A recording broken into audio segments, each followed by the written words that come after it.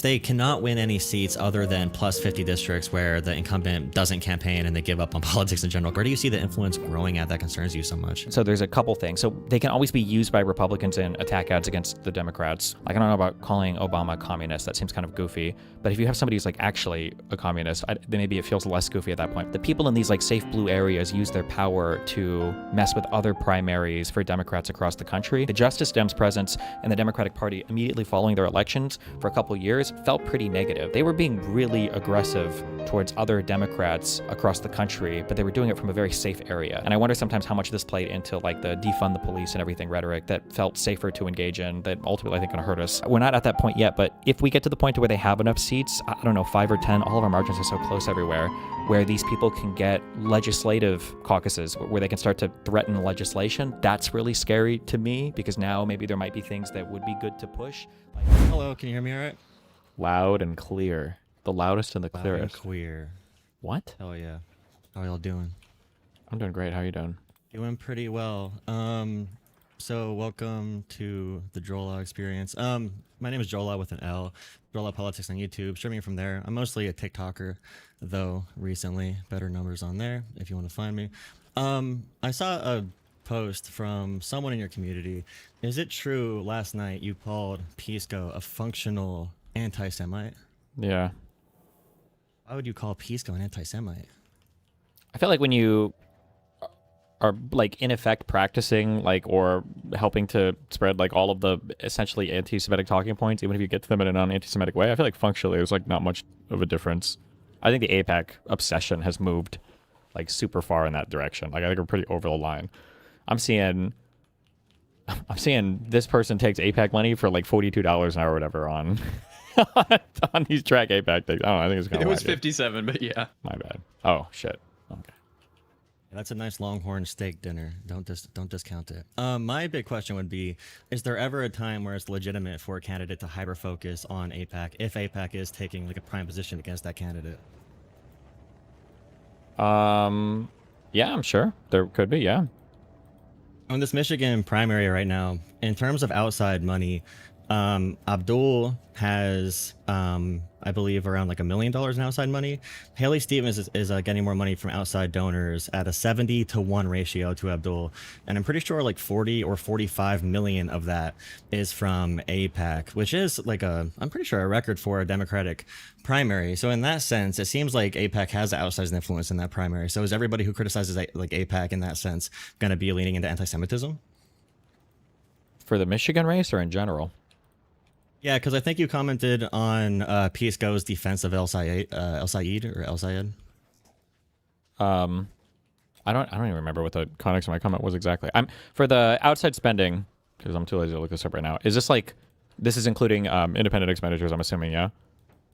It includes every C4. It includes like the United Democracy PAC from that APAC funnels money through, and like the energy PACs as well. So yeah, pretty much every outside PAC C4.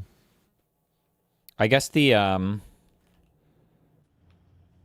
guess I just feel the obsession, the singularly focused obsessive point about APAC, combined with like people love to throw around that Israel comes to me in my dreams line over and over again, combined with the national conversation going on. It kind of feels like I've been like gaslit into some area where in order for a thing to be anti-Semitism, you have to say fuck Jewish people. Otherwise, if you don't say that, everything else is clear. Like everything else is like above board. I don't know. It feels pretty weird to me, but. How do you make sure your group doesn't become, like your political group doesn't become too horny or too thorny to outsiders who are like, you know, maybe they join DSA or a progressive group and they say they think it's Bernie Sanders and Mamdani, and they don't see the anti-Semitic elements that you see, but they see El Sayed being outspent 70-to-1, and regardless if you think like money in politics has a huge impact, that's a pretty big difference in outside money, and the fact that Stevens is still down in Michigan is probably a bad testament to the quality of candidate she is as well, in my opinion, if she has such big backing and she can't really compete with El Sayed. But when we like say it's anti-Semitic instantly when you complain about APAC, and APAC spends $45 million, I feel like shit, if APAC and big donors don't want to be the focus of progressives, and if big money does not influence politics as much as like you, because I've heard you say before you don't think it influences it that much. And I think with like Tom Steyer, we've seen it's not going to help you win a race. It might help you get like a astroturfed campaign. But if it doesn't influence politics that much, then APAC should stop spending money on races like this if it's not going to impact it. Then when progressives complain about APAC, if APAC spends $0 on a race, how could they even, how could progressives even attack them then? So is the argument that APAC shouldn't spend money anymore because it would take that talking point from people criticizing them? I mean, I guess the question is, fuck me. Okay, I don't have the numbers in front of me. Okay. I'm turning my brain on to 100%, or at least 80%. When we say that APAC has spent 30 million, 40 million outside dollars, is this actually APAC, or is this like a combination of PACs that people have all labeled as part of APAC or something? Because I've noticed that the track APAC thing gets a little bit goofy sometimes, and I'll see like people will talk about, well, these are APAC aligned PACs. And there'll be PACs that aren't actually related at all, but because they have some similar interests, or because, APAC people have donated from one to the other, they consider all of it APAC. It starts to feel like, because Jewish people in the United States have a large enough political presence, you can basically say all money is APAC money if you're willing to be flexible enough on your definition. If Abdul focused like on outside spending for races, which as much as it might be happening here, I don't believe that's super unique to Senate races. I know that for the runoffs for Warnock and Ossoff, there was a ton. I might be making this up, but I feel like there was up to $1 billion in outside spending for those 2 Senate seats. It was a fucking huge amount of money. And I'm sure this happens in other Senate seats. Like I bet Plattner raised a ton of money outside of Maine, would be my guess. Just because a lot of these candidates get popular. I know AOC has raised a lot of money outside of her district. So yeah, I would be curious how much of this 30, 40 million or whatever, how much of this is like actually APAC money versus like independent expenditures, outside stuff that everybody's just calling APAC. Because the weird thing to me, sorry, just to wrap that up, the weird thing for me is just the obsessive focus on APAC, APAC, APAC, APAC. If it was just outside spending or whatever, it'd be a little bit different, but yeah. Yeah, I don't like people using Zion, like really digging into the Z in Zionist as a slur. I'm definitely not into that. But the PAC to look into is the United Democracy Project. So that one, this is from July 30th from Mother Jones. I know people don't like that source for a lot of things, but the spending at that point was $30 million on July 15th reported. And now I believe the number is up to the 45 million from that one PAC alone, which is considered a pro-Israel super PAC affiliated with APAC. I've heard some people say it's one of those branches they use to like conceal that is actual, Israeli money going into the Democratic Party by saying it's United Democracy or saying it's like black women for Democrats or whatever, and concealing it. But that is the one PAC that is the main focus here. And I wouldn't say that it's going to buy Haley Stevens the race against Abdul, but I would say that it gave her a huge edge over forcing, and I know Hutch talked about this a lot. He interviewed McMorrow. All that funding forced McMorrow out of the race, in my opinion, who's a far better candidate than Stevens, who's like a train wreck. So I think that APAC in this scenario actually screwed over our chance to have a real competitor to Abdul because they funded Haley Stevens to such an extent that McMorrow had to just drop out because her numbers were so low. Why do we think that? Why are we assuming that McMorrow was the better candidate? I assume she's the better candidate because the electorate in these Democratic primaries, especially in Michigan, wanted a more progressive option, in my opinion. And Haley Stevens, for example, she's the one that went outside the ICE facility, or she went to survey one. And she came out and said, there are wonderful public servants in there. I'm very happy to see a large female presence. And she said nothing else about it. And she's been against doing things like getting rid of the being aggressive with like the filibuster. She did get more aggressive on those positions for this primary, but she's also very bad at presenting herself. Her ads are very corny. She answered questions in the debate with I'm endorsed by Barack Obama, and you can see videos of her running up to black people and being like, hey guys, Obama likes me. She can't even really campaign on her own regard, in my opinion. And I mean it's it's obviously subjective if McMorrow was better. I guess because my question that I'm getting to here is that in a way I agree with you. I mean I like McMorrow. I liked her a lot over Stevens, but I guess I'm curious why it just seemed like McMorrow was not able to get anywhere in the polling. So I mean, as much as I might have liked her, apparently people in Michigan feel differently. I know there's complicated issues around signaling related to immigration stuff. You mentioned visiting an ICE facility, and I know that there are a lot of problems that we have with ICE right now, but there's also a lot of problems with the whole like defund the police and abolish ICE movement that leaves some citizens feeling like, oh, this person doesn't want to do any kind of like immigration or legal enforcement at all, and they're kind of like radical. So like the signaling on that from the Democratic side is kind of difficult.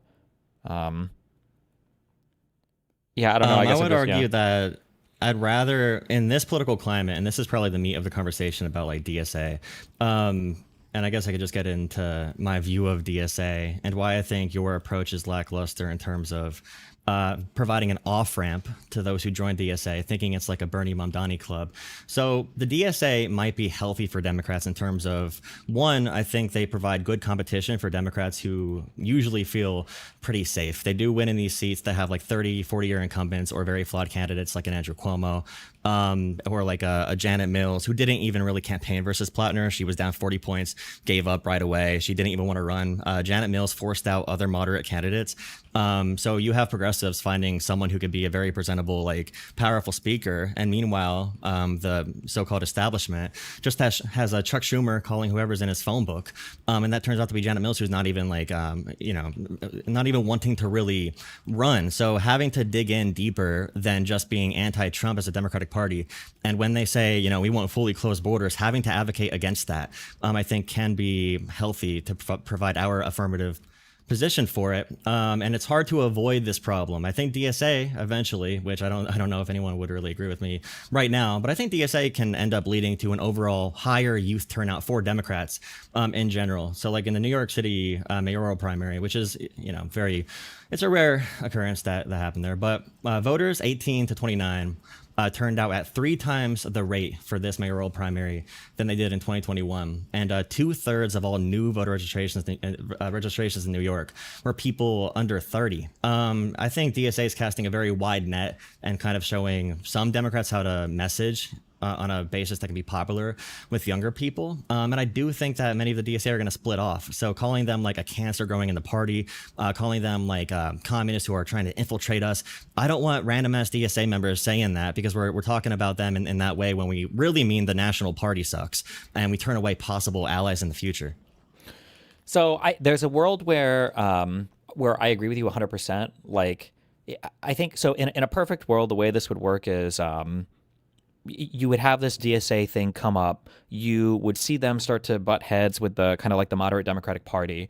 The moderate Democratic Party would start to see losses in areas where, for reasons I don't understand, they back insane, stupid choices like Cuomo or Mills or just people that I guess like we should realize is probably not good. And the DSA is kind of like exposing those flaws. And then there's some kind of like, some kind of like thesis, antithesis, synthesis or whatever, where it's like, okay, well, we're going to adopt some of their messaging or some of their ideas. And you kind of have this like coming together of the DSA in a way being making the entire Democratic wing stronger. I guess my 2 big issues right now, my 2 big scary things right now for why I don't like the things that are happening is that, one, I do think there are a lot of DSA leaders that don't view themselves as like people in the Democratic Party who are trying to push the Democratic Party in a better direction. I view them as like malicious and subversive actors. So that's one part that bothers me a lot. And then the second part is the Democratic Party seems at the moment, and when I say Democratic Party, I mean from leadership down to the media, seems unable or unwilling to confront or engage with that reality. So what happens is we end up in a weird world where some of the party leadership is kind of like out of touch or doesn't know how to meet the moment. The other people that are more in touch are too scared to say anything about this like subversive element in the Democratic Party. And then as that goes on, like I only see that as turning out poorly for Democrats, I guess. Yeah, would be my broad thoughts. As far as like when you say like people that join the DSA, like these people aren't all cancer or whatever, I think I've said this a million times. Like even for Hassan's audience, like 90% of them are probably close to what like a bog standard progressive would be. Like I don't think they're like ultra socialist tankies, commies or whatever. I agree with that. But I just the leadership and the leadership and the leader figures I think are very intentionally subversive people and it bothers me that nobody is able to tango with that, because I feel like they can just take over the party in a very bad way. What did okay? So like, what is how does what you're saying right now conflict with like Shervin, that one guy the other day that said he was a part of College Dems when he advocated for you still speaking at events and influencing Democrats to move away from being like DSA College Dems? Are you just saying you don't feel like using your time for that, or you think it's not like possible, or like is it Well, when I look at like College Dems, that like this is part of my issue with this is part of my issue when I say I feel like the people aren't capable of having like a limiting principle on the more extremist elements on their side. So I feel like the College Dems, from everything I've seen and heard, there was an executive board that made a decision largely independent from the rest of these wings or chapters. And I mean, I would say, obviously it comes off as biased because I'm the affected party, but I would say it has a negative impact on, what a liberal Democrat should feel relating to the DSA, or not the DSA, related to the DCA, the Democratic, this event that happened. And if other chapters or wings don't like make a statement or do something about that, it just further demonstrates to me the idea that like, okay, well, these are people in the party who aren't able to limit kind of the more extremist wing of the party, and that's not good. Like that kind of stuff needs to kind of be pushed aside, and people that can take a better view of things, I think would be healthier. So like when I argue with Josiah or Pisco, for example, I think they're great when it comes to pushing on the right. I think they're great when it comes to their positions themselves, but their lack of ability to push against like the more extreme views are problematic, I would say. Like I can give a grounded example if you want, or you can go from that. Yeah.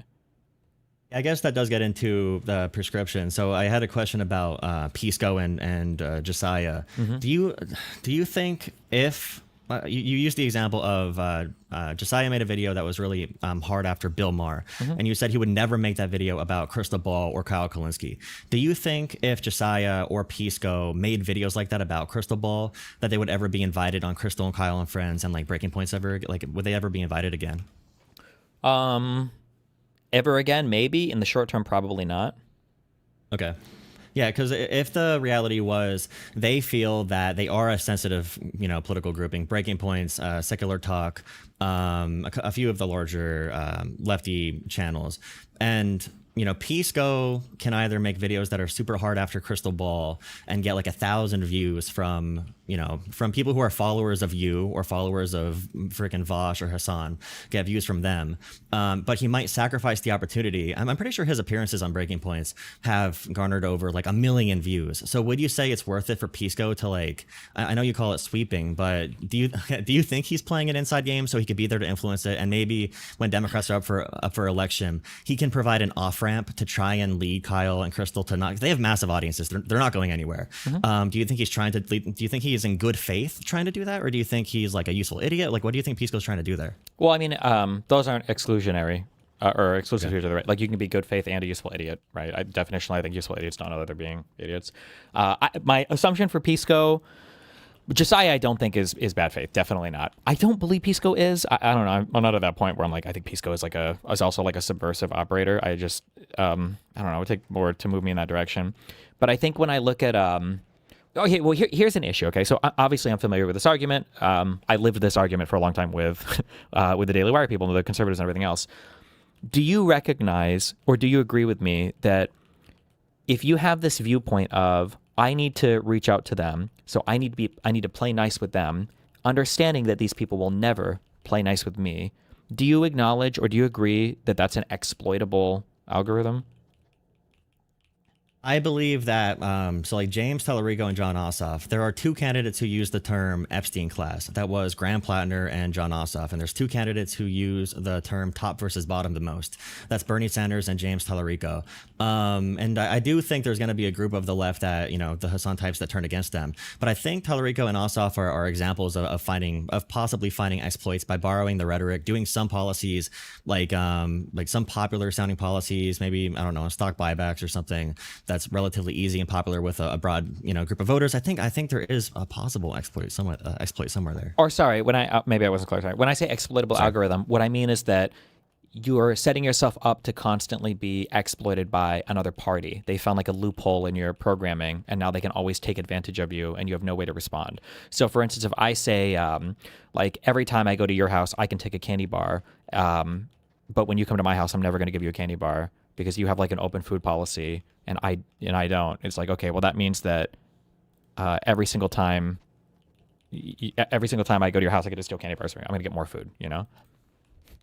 It's a one-sided policy where basically you're creating a structure where, because we have to work with them, this is like the treadmill thing that I'm kind of talking about. We have to work with them, meaning we have to be nice to them. We can't be overly critical of them, but they are going to be as harsh as possible to us. And because we want access to their platform, we're going to have to play by this rule set. You're creating a structure to where they can infinitely shit on you and attack you. And then this could manifest in ways. So in the past, when I talk about this stuff, I'm always saying like, well, this is stuff we have to worry about in the future. This could come to fruition in this way and it'd be really bad. But I feel like now we've kind of moved past that and this has already happened. So like, I would say that the end game for this would be like Kyle Kulinski and Hassan Piker and all these people not endorsing Kamala Harris, which is insane to me. If that's the type of allies that we're now forced to work with, who can infinitely exploit your inability to criticize them, I feel like it's a losing strategy in the long term. And I guess the issue is, what ability do we have to reach their audience when they are hypocritical? So like when Crystal Ball, on the very rigid issues, when it's very clear we have to dig our heels in. So Crystal Ball talking about Ukraine, and she basically does like insane Russian shit like every freaking day. Like she blames Ukraine for trying to start World War III. She's even worse than the DSA platform, I feel like. Then Kyle still calls Putin a war criminal. He's very clear on, which side is wrong. He doesn't do the same apologia. They are married. I wonder how they have that discussion in the bedroom. But then you have like Hassan, who did that, and it's so clever the way they do it, where he votes on camera. He doesn't say who he's voting for, so he has the ability in the future to claim he did like literally any action past that. And I will say for that real quick, I read the text, so I didn't actually watch the video, but apparently he said to Donnie on CNN that he didn't support Harris in 2024. I think this is the first time he's like openly stated that. Oh, okay. But I didn't watch the video. But yeah, go ahead. Yeah, we have to. That comes out Sunday, I believe. But yeah, what is the ability to transfer that? And I've seen with and I've looked at Pisco's numbers because I was curious if it's working. After he goes on a Breaking Points episode where it has like 250,000 views on it, and Pisco's numbers do not move at all. He gets no extra followers on YouTube, no extra followers on Twitter. So it is a question of how much ability is there when Democrats are up for election? Can Josiah, can Pisco, can they really hold Kyle accountable when he says he would drag his bare raw balls over broken glass and magma to vote for Democrats over any Republican? But then he calls like Haley Stevens a MAGA Republican, or MAGA light. So there is a question on how much they can transfer the ability, if it's mutualistic at all. I don't know if Pisco is big enough to be taken advantage of, or I don't know if he can come give permission for them to do. I don't know if he's large enough. Can I ask a question? Sure. Why? So let's say that you're having the same talk with Kyle Kulinski, Crystal Ball, and all like the lefty squad. Do you agree with me when I say that they operate on a structure of like similar to MAGA, and that like we won't be questioned? We have like support for all of our candidates. We're not going to host our own like insane self-criticism. Like we're just going to be, I don't want to say sycophantic. It's got a negative tinge, obviously, but like we are going to uncritically support all of our people, basically indefinitely. How would you counsel them? Like, why do you think they operate in that way? Or do you agree that they operate in that way? Maybe you don't agree. Maybe you think that they don't operate as in the way that I say they do. Yeah. They would probably say that people like you are small potatoes, and they can get on some Democratic representative, and that Democrat can argue in a way that is at a college reading level or maybe high school, and Crystal can respond at a 6th grade reading level, and it looks like she won the conversation, like versus like Smith and whatever, not even considering like, oh, you combine two societies that are both illiberal, and you think that's going to result in a liberal democracy. I guess Democrats what I'm asking is like, yeah, sure. Do you agree that they will only host people like if they host a moderate Dem or something, it's going to be on the attack. And if they host one of their own, a more left-leaning person, it's going to be to have like a glaze session, basically. Sure. I think that's the way that they operate. Do you think that they're wrong in operating that way? Would you be giving her the advice of like, hey, like I think that we should be more open to building our coalition and doing this, or what? I guess like how would you view? Do you think they're operating rationally, or that? Yeah, I guess. Yeah, I would say. Yeah, I would say it's very smart the way they are acting in terms of their propaganda and their political purposes. And I don't know if we have a way to break into it because of the media bubbles and algorithms we have to contest with if we can't ever really reach their followers because they don't allow opposing voices on there. So that'd be my question. That's my question about like Pisco if he did go against them, if they would reject him, if they would cut him out completely in these movements. And that's why I think we need to hit these flashpoints when there are Democrats who are up for election. That needs to be the big separation point. That needs to be where we really put everything, to the pavement and demand that they support Democrats, and we take a really good record of what they decided to do in those situations. Ask about the real solutions for ICE, and this is when I talk about the off ramp. I think it is difficult if we say, well, money in politics barely has an impact, and stopping stock buybacks is dumb because it's not that big of a policy, and all that kind of stuff. We have to give some wins to that rhetoric, like Ossoff and Tallarico are doing, or there's not going to be any off ramp whatsoever to the DSA. And I am definitely further left than you are, and I'm very obviously anti-China, anti-Russia, although like Hassan is in favor of that. And my question is usually, how can I tell people who are normie progressives that follow Hassan that my way to do progressivism is better, it's more effective. I'm doing it the Bernie Sanders way. Hassan's not doing it that way, and I will result in better results to the same goal. Because they are very good at being slimy and hiding that. And liberals are often, like I heard Hutch say, sometimes it is F the voters. Voters are dumb. And I've heard you say that too. And I know, this is a different realm from like real politics. But we have to be a little bit sloppulist to get people on board. So I think the challenge with that, so the first thing is that,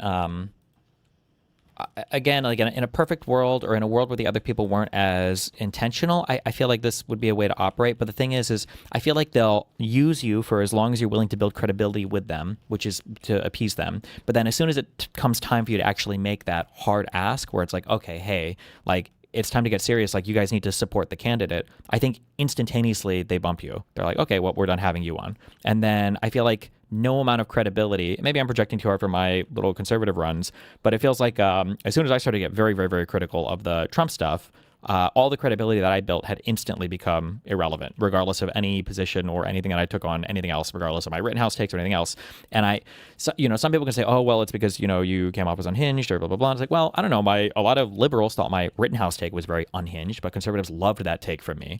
So I feel like it was a more strategic thing of like, well, hold on. If this guy's not going to play ball anymore, then he's out and we're going to find another lib, or we're just not going to talk to these people at all. So I feel like one of the things that I worry about is that day of, we're going to make our ask now, that day never actually comes, and that's a very intentional way that they operate such that you're never going to have an opportunity to make that ask. And then I guess the example that I would point to would be the most obvious one would be why should we expect them to support our candidates in the future if they couldn't support Kamala Harris in 2024? Like, I feel like there will never be an election as obvious as that one, but that was still, I guess, too far for them to support Harris for. When Bernie Sanders and AOC, I feel like, do you agree they were some of the biggest like Joe Biden defenders during his presidency, Bernie and AOC? I don't know about Bernie. AOC definitely tried to. Yeah, absolutely. I think AOC was the only voice. I remember that fucking Instagram call. I think she was like the only fucking person in the party who did like an Instagram live and was like, listen, guys, I know it's rough, but if Biden is our candidate, we have to fucking support him. Yeah, holy shit. Yeah, I remember that. I feel like AOC is really the point where you have to kind of fight on this issue around. And AOC has taken months off the internet because of being hounded by far leftists. And she even said recently, she clarified, like, I'm not from a militant leftist family. I'm from a working class family. I care about being effective and getting things done for working class people. I think AOC needs to be hugged in these conversations. And the same thing with the quote that Obama gave to the banks in 2009. Obama said to the banks, I'm the one standing between you and the pitchforks. And I do think AOC, I feel that AOC is like, you might say it's dangerous, but this populist fervor, this anger, whatever the momentum is, and Bernie tried doing this. And I've heard people from your community tell me, like, when AOC defended Biden, it was all part of the plan. When she said Kamala was working tirelessly for a ceasefire, that wasn't AOC making concessions. It was all part of the plan. And that kind of came after I heard you say that, what if AOC just does what she's doing now, or Zoran is doing, and she welcomes all the communists in. But I do think she's kind of using them as leverage to the Democrats to say, like, this is what voters are thinking. Like, everyone hates data centers. People are rioting everywhere about data centers. That's going to be a popular issue for Democrats. That's one reason that Francesca in Wisconsin is winning, because the other candidate will not make the same like moratorium concession, whether regardless of what you think about that policy. But AOC might be using this DSA radicalism as her bargaining chip. Like, hey, I'll play nice with the party, I'll join with American foreign policy goals, but we have to understand that things are moving this direction, and I'm the one that can kind of save you, like Obama said. Yeah, for AOC, like any concern I would have with AOC would just be like inability to push back or control any far left people. Just from everything I've seen and heard of her, I don't think she's like a subversive actor. And then I know that these nuances get lost on my audience sometimes because people will hear me say one thing, people in my community sometimes even think I think that like Josiah now I guess is like a secret tanky or whatever. I don't think he is. My concern is less for. At this point, my concern is less like I think this person is a subversive actor who is harboring, whatever communist ideas, and she's hiding them from everybody, versus she's just not able to push back on it, or that's like my worry. But my main worry isn't even really about AOC right now. I think it's more related to, I would say Mamdani and his recent endorsements, although AOC might have endorsed all the same people in New York. Yeah, I think that kind of Bernie worries me. did not endorse like the one that is like Daria Liza that is in favor, like she's openly just the entire national DSA platform. AOC did not endorse, Bernie did not endorse, but I've said that to members of liberal communities, and they've said that, well, Mamdani and AOC are playing an inside-outside game, and Zoran's going to take hits for AOC politically, and that's why AOC did not endorse Grant Plattner and all these other candidates. And I just don't know if I know there's coordination. I just don't think AOC believes her political goals are benefited from having Daria Liza in Congress. Yeah, I think I'm sympathetic to that argument as someone who hates communism and all secret planning, but I feel like too much is leaked from AOC, unless those are strategic, where she's, I think, expressed frustration with some of these people that I would have a hard time believing that there's some secret coordination going on behind the scenes. It seems like she does have a lot of genuine frustrations with these people. Yeah,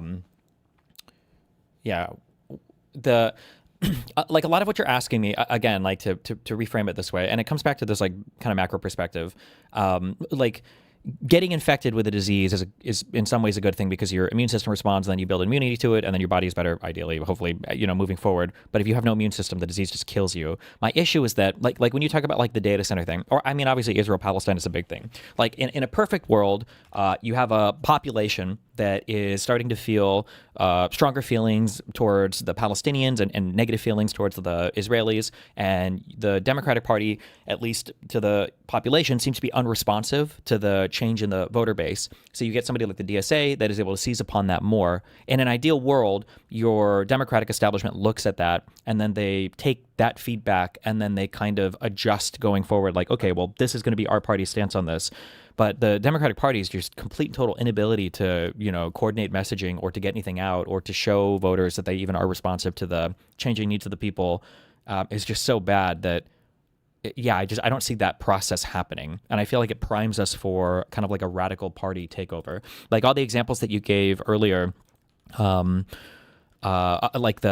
something to do with data centers or something to do with was allowing you give another example for a policy thing, but like these are things stock buybacks. Yeah, stock buybacks. Yeah, like there are certain things that like I tend to focus on like a policy side of like you'll hear me say a lot like, oh well, I don't know if this will actually do anything for raising revenue for the government, blah blah blah blah, and it's like that is true, but I'm not like fully opposed to. Let's say that you have somebody that comes in and like, we're going to fully fund the IRS. We're going to roll back the Trump Tax Cuts and Jobs Act. These are going to be things that are going to raise, fucking $500 billion a year additional government revenue. And we're also going to put a special 2% income tax or a 2% like capital gains extra tax if you have a net worth over $1 billion, our billionaire tax, right? So like you feed a little bit to the populace, you feed a little bit to the society that's like, oh, finally the billionaires are going to get taxed. It's not going to raise much money effectively. I don't like it in terms of like an economic policy, but in terms of like a good political signaling policy, I think that stuff like that is okay. But I think you have to be very careful when you play that game because you can give in too much to the sloppulist urges and then you're not doing good policy anymore. You're just like trying to appease a rabid public that doesn't even know what it's asking for, or it's asking for things that are ultimately going to be ineffective. Yeah. What message do you think? Did you see the Massey vote or the Massey amendment that Nancy Pelosi voted for that takes away all funding from Israel? Do you make anything of like Nancy Pelosi? That's a big one that changed on that on that vote. What do you think that's a sign of? Of Massey joining a removing funding to Israel thing. Massey, it was called the Massey Amendment. So he added to our last like funding bill that all aid of all kinds would be taken away from Israel. And Nancy Pelosi voted for it. She said it's a flawed amendment. You don't got to use a battering ram or whatever to do the job of a more precise tool, whatever. But she voted for it to send a message. I'm wondering if you have an idea where that message is going. If Nancy Pelosi is even saying like, I'll vote for a Thomas Massey amendment that cuts all funding from Israel. Well, I mean, like right now, it seems like there is a growing fervor amongst the voters relating to Israel that the party, from my outside perspective, and I mean, we follow politics more than 99.99% of the average American, right? I think that it feels like the Democratic Party is not responsive to where the voter base is right now on Israel. So maybe this is her way of signaling to the public of like, okay, well, we hear you and we do need to do something dramatic about this. I don't know. I guess that's how I would view it, because the Democrats seem to have a hard time making voters understand that, like, okay, we hear you on this issue and we're going to do something about it. It seems like the Democratic Party has a message on that. That would be my impression. I don't know. Has Pelosi said anything differently, or do you have a different impression on that? Or I think that Pelosi is in. I mean, she's leaving soon. I think she's and Jeffries voted against it. Pelosi voted for it. So I wonder if there's any disagreement there. I have heard some reports that although Pelosi was supportive of Jeffries, that she's not like extremely happy with how he's decided to lead the House. I think she's kind of giving permission to Democrats to take a more anti-Israel position in the future. And that permission from a party leader is going to be pretty big moving forward in our future elections. And like Rahm Emanuel is talking about Israel paying for their own stuff and like putting everyone in the West Bank in a camp or whatever they're talking about. Sure. So I think that is just like a necessary move for Democrats politically. But the question moving forward really is, so you identified this problem. You identified some commentators who are, and just for context for your audience. So I've been involved in like voting, like pro voting rights nonprofits. I've worked for those, running like statewide programs. I'm a member of like my local Democratic committee. Worked in public policy, all that kind of stuff. So my goal and my role in these conversations is I'm pretty antagonistic towards the far left and what I consider to be the deep center in the party. I think both can learn from each other and both can push each other to be better. So my goal isn't to have like screaming matches all the time. So my reaction to reposting you, and this happens all the time, obviously, when you actually talk about it, it's not the same venom in it. It's Sure. just like, what the hell are we gonna do? And that Shervin guy, I don't think he did a good job explaining necessarily what the goals he was advocating for were, but what the hell should he do? What should we all do? What do you recommend your followers, your viewers do when they're organizing? They join a college Democrat, they join DSA. Do you want Pisco to just go nuclear against the populace? Do you want him to just criticize a little bit? Do you want Josiah to cover them? Like, what is your prescription moving forward? Because I am genuinely kind of confused about exactly what you recommend there. Yeah, so I guess, right now there is a lot of friction online. If I say something bad about somebody to the left of me, I know that Hassan's fan base is going to strike out. I know that comment sections are going to be a little bit more brutal. Other commentators might come out and take a statement against me. There is a structure set up that alerts me that when I push to my left, there is going to be kind of like a social cost or something incurred. I wish that same type of structure could also be set up and enforced by center-left libs when I feel like people on the left have pushed like too far left. So if it comes out that people are saying things akin to, I guess we could debate these, like statements that are just too far gone for a candidate. So for instance, like for El Sayed, if this is somebody that I wanted to support, or here, let me ask you just a quick, do you agree that there are statements that you can make and you can still vote for somebody in a general, and there are statements that you probably can't make and still reasonably expect people to want to support somebody in the general? So for instance, I do believe this. I think El Sayed, I think definitely lies when he talks about like his physician background. I just think that's a blatant lie. However, I don't think that's disqualifying. I just think it's a stupid lie that he's trying to hype himself up. But if I were to say, I really do believe El Sayed is probably going to try to usher in Sharia law to the United States if he has the opportunity to, if I say the doctor thing, I could tell my fan base is like, okay, he's better than Raj, he's better than the Republican. Like, vote, we're voting for Saeed. But for the Sharia law thing, that's a much harder one in my mind to come back from. Do you agree that there's a difference between those two types of statements in kind, or do you think that it's just like, well, you can always support him in the general no matter what you say in the primary? Yeah, I do agree. And an example from the center for anyone who's on the left watching would be like Kirsten Gillibrand when she's like one of the leaders of the DSCC, one of the most popular or most powerful Democrats in the country.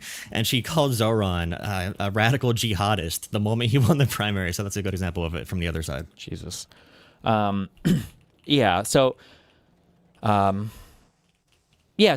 that to say is that like, I wish there was a way to enforce like some kind of, and again, I don't know if it's a social cost, basically by, giving disfavorable coverage to, or calling out when people on the left are just going a little bit too far when it comes to bashing any moderate candidates. So from my perspective, from a media perspective, it's going to be like, well, who do I collaborate with? Who do I give friendly interviews to? Who do I cover negatively? Who do I call out publicly in order to kind of like push them in a different direction? Like those would be the kinds of things that I can do, Yeah, I get that. Let me think for a second. I think some politicians. I'm asking you this because a lot of the critique will be pointed in my direction for, well, how do you message this? Not perfectly. You're not asking for perfection or anything, but I'm kind of curious because it seems like sometimes I wonder if the other side agrees. Do you agree that like this one-sided kind of like back and forth is not conducive? If I'm like a moderate to far, I don't know what the fuck I would fall right now or whatever, but if I'm like a moderate left lib, and that's the thing that I feel strongly about, but I also am okay with further left people being in my party, do you think it's fair for me to feel like this is unworkable if I feel like I can never hold any of them accountable for being destructive to the party, but they can hold me infinitely accountable for not supporting their people? Do you think it's fair for me to feel like that's not a sustainable dynamic?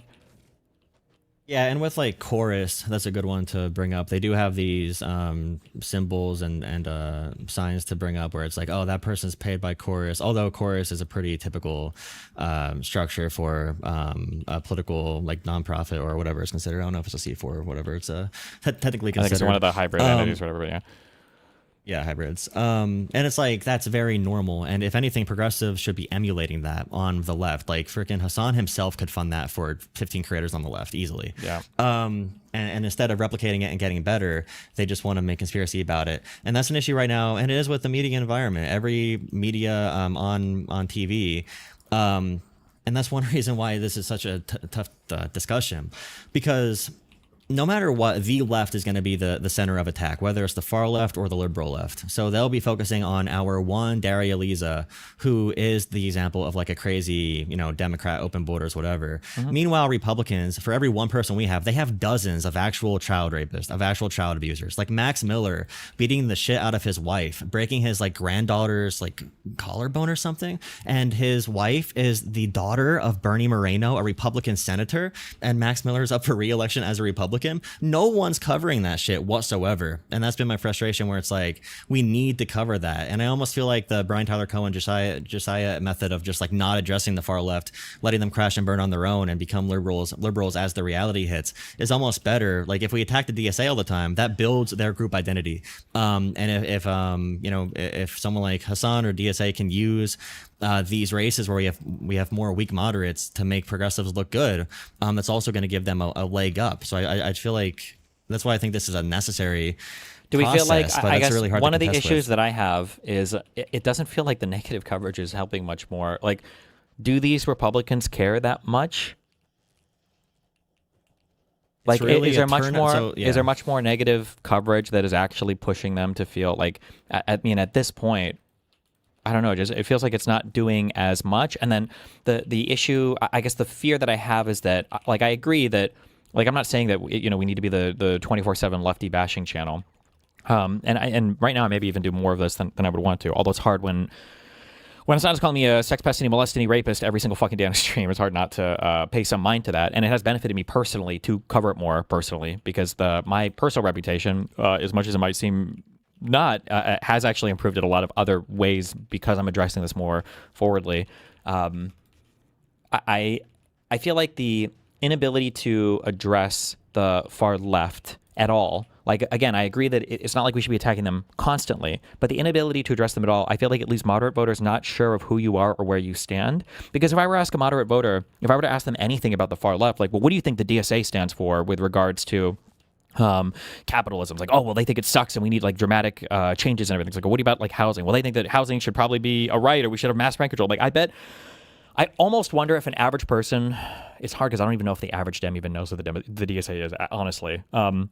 But I almost feel like for people that even know what the DSA is, they could rattle off more DSA positions than they could moderate Dem positions. I don't even know if I could rattle off moderate Dem positions. I actually just don't know. Yeah, true. Yeah, and I feel like our inability to have an identity in part stems from our inability to fight kind of like the far left. Because when you fight the right, well, we know that we're anti-Trump, but like, what are we in actuality?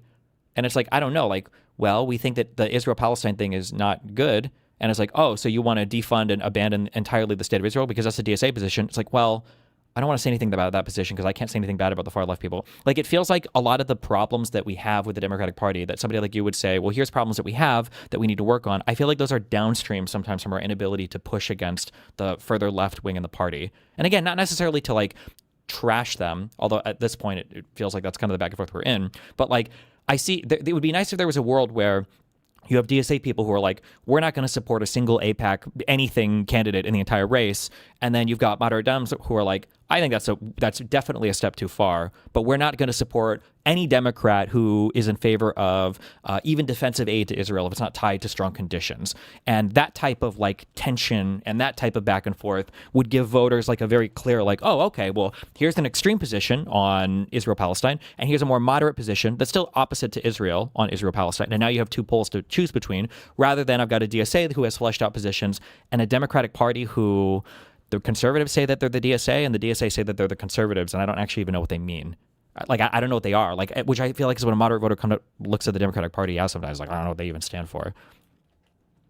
I believe this is one of the issues I had, sort of with what you have been saying about this. So when I saw Kamala Harris during the 2024 cycle, and they would ask her questions about like transgender sports, and she would say, well, I'll follow the law in that state, or about immigration. I'm like, well, I wouldn't change from Joe Biden, but we do need a better immigration policy, or about taxing, or maybe I think her most effective messaging that I saw in my own in my experience talking to quote unquote swing voters was her price gouging talk. And I had some voters tell me, I had some voters tell me that they were going to vote for Trump, but they went to Taco Bell one day. And at the same time they went to Taco Bell, they're like, wow, these prices are high.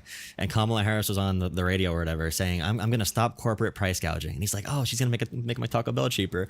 And it's sad, but that's how a lot of voters think. And my big the danger here, in my opinion, is if we say, I saw a bunch of posts this week, and a lot of people on the liberal side from like your community will be like, oh, you're not on team lib.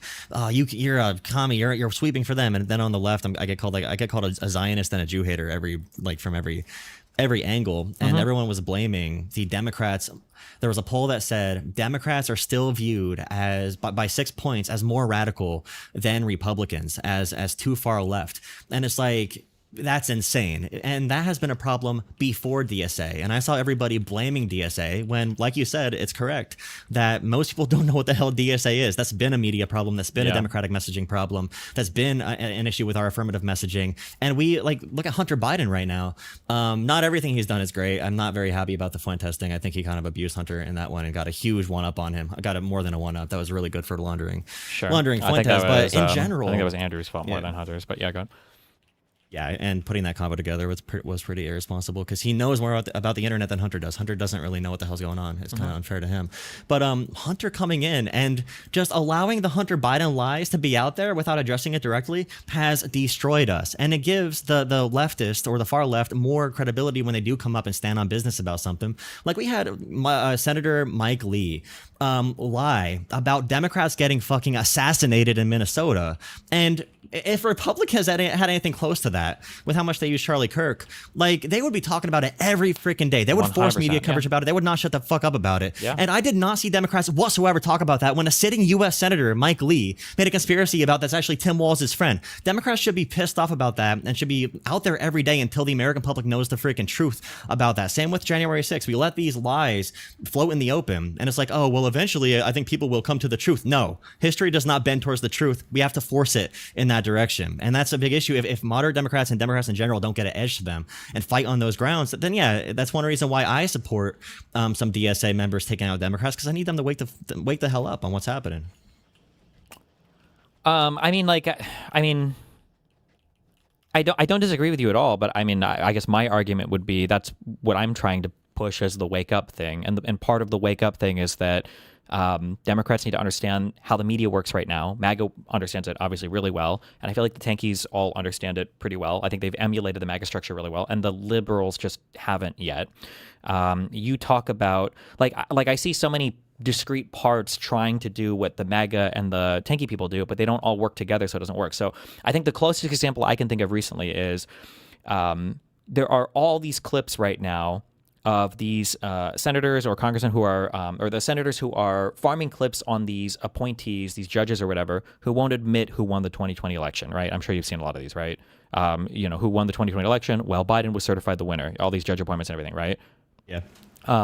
Those are things that, like, if a Republican was doing that, after the Republican farms the clip in the Congress, you would have Fox News running these same clips enough that all of the podcasters would start talking about these clips, and then everybody would see on the Republican side, oh my God, the Democrats don't support the 2020 election. Like, that's crazy. And but because it's on the Democratic side and the Democrats have no media apparatus of which to message from, they can't amplify that signal. So these clips basically start and stop when they show up on Twitter for a little bit, and then that's it. Same thing with the deaths of any lawmakers. Same thing with any misinformation about Hunter Biden that could be corrected. Like, all of this stuff just dies where it is because there's no amplification channel. And yeah, I mean, that's a big thing that I push for Democrats to get a handle on. I think that the lefties have a handle on it, but I don't think that the lefties are pointed in the same direction as us. So it makes me scared to see them understand it better than we do, because they're pointing in a direction that I'm very, very, very much opposed to. And I'm worried that by the time the libs figure it out, it's going to be a little bit too late. They're going to be like a sizable portion of the party that are now going to have to be contended with in a way that's going to make us all worse off.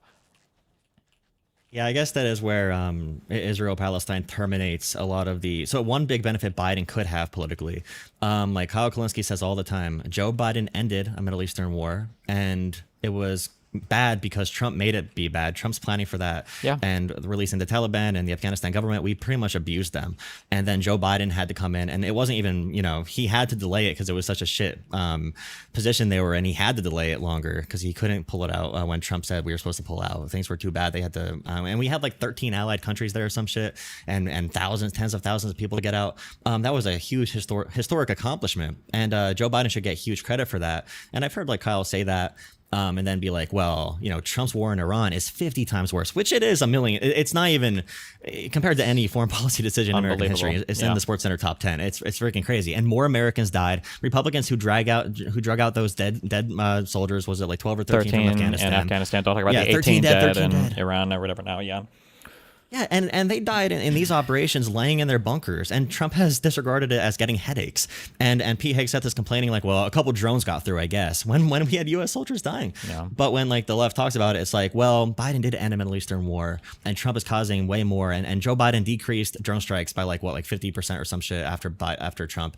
Biden did really good there, but too bad the Zionist genocidal maniacs are here to destroy every child in Gaza. So like that is a big issue. And I do think there is a reality in which the part of the party that believes that Joe Biden was like insanely bad on Israel would be less if Joe Biden was a little bit better on Israel, because he was pretty radical, much more radical than Kamala would have been by every indication we have from like background reports about Kamala's allies and how they would have approached the Middle East different.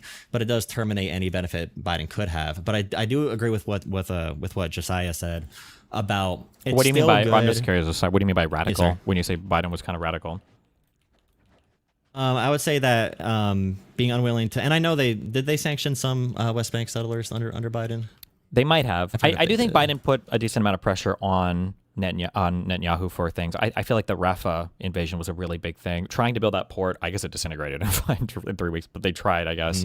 Yeah, they tried. One thing that sucks, and I understand we're not allowed to, say that sometimes the job is tough, but like Trump, sorry, I'm venting for 20 seconds because you probably agree with most of this. It bothers me so much. Trump came in off the back of an Obama economy that was booming, and he had nothing to worry about for 3 years. The fourth year was COVID, and as a result of COVID, everybody says that the fourth year doesn't count. Biden had 10 years of COVID in 4 years of being the president. He had the COVID stuff, and then he had two of like the largest conflicts of our era exploding under his presidency while dealing with COVID, while dealing with all of the inflation and everything that came, off the end of that, and the global supply shock and everything else going on. And it sucks so much that every single huge problem like ended up in Biden's administration. And if he didn't have like the perfect fucking solution for everything, like I think that a lot of it could have gone a lot worse. Like people don't mention Biden did pressure Netanyahu for a lot. Biden did get more hostages released than Trump did. He didn't get any credit for it, obviously. I do think that the United States was good in the beginning of the Ukraine war, that we were just declassifying information, off the cuff in the weeks preceding, saying like, hey, Russia's going to invade Ukraine. Everybody should be aware of this. Yeah, it just sucks that he had so much to do with it in his administration. And then it sucks for Kamala running for president. And it really is just so bad. Being the VP and running for president is so rough because you have to put out strong positions because Americans are always unhappy now. So you have to show how you're going to be different from the last administration while not distancing yourself so much because it's like, hey, you're the vice president now. Like, what the fuck is going on? Even though the VP can't do much, like it's a weird position to be in. Yeah. Yeah, and you can tell me, I don't know if you've done this before, but one thing I would like to hear from creators like you and other liberals, your fan base is very reactive to discussions about like Bernie, for example, to say like Bernie has had this long career, no bills in his name, which I think we need to give some credit. And I'm speaking from a little bit further to the left, what Bernie was able to do. So I spoke earlier about like AOC getting people on her side in the party and then leveraging that for political concessions or changing things. So Bernie Sanders, there's a whole list of things where Bernie did not cry when he lost these elections. He did cry. Okay, he did cry.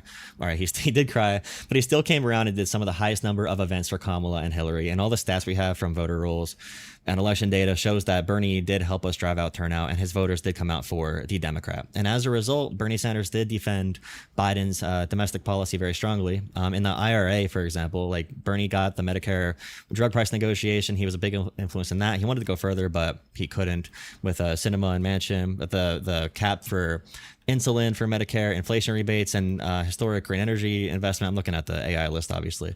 Bernie pushed for a 15% corporate minimum tax, which almost got in these bills.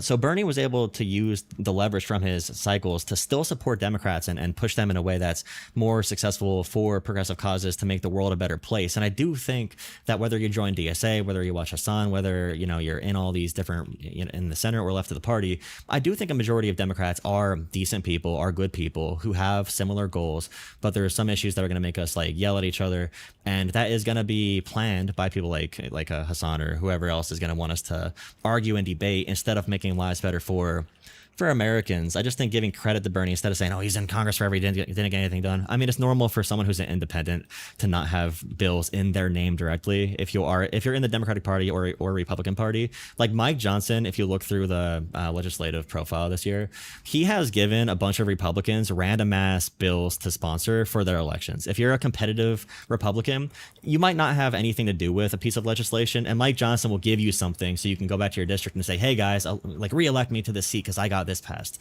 And that happened with like a few like New York Republicans. So try to give some credit to progressive movement, because you can then say to us, like, this is how you can use progressive politics and like a semi-populist rhetoric and populist movements into creating real change to reform the system in a social democratic way.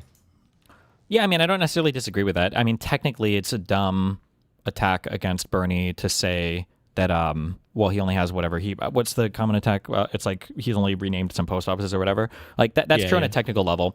I think when I give that pushback, it's usually against people who I think sometimes have a bit of a delusional view of like, we can get a few lawmakers in and literally change the United States, or Bernie Sanders is this revolutionary figure and he's pushing the United States in all these directions legislatively or whatever. It's like, well, no, like these are happening longer term on a party level. Like, it would be stupid to say that Bernie Sanders is not one of the most influential senators in my lifetime, at least. Like, it would be pretty dumb to not say that.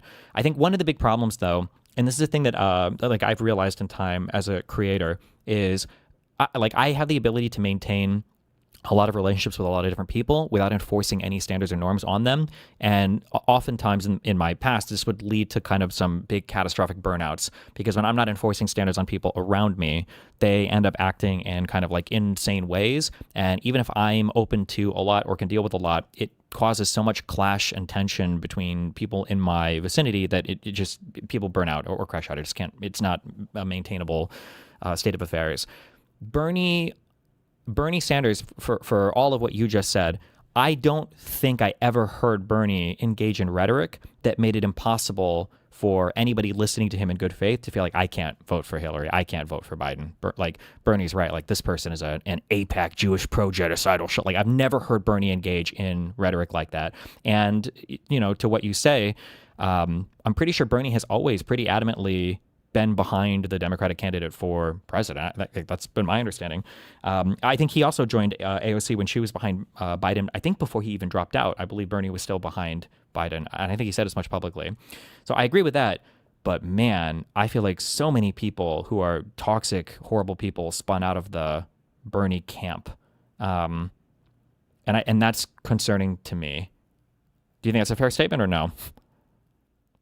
I mean, Brianna Joy Gray is a good example of someone that's like so toxic. Like, she's running anti-vax rhetoric now, saying she's vaccine injured and all that crazy shit. I think it comes with the territory of any populist, conspiratorial sounding rhetoric. Although Bernie is like stressing peaceful revolution through liberal reformist means.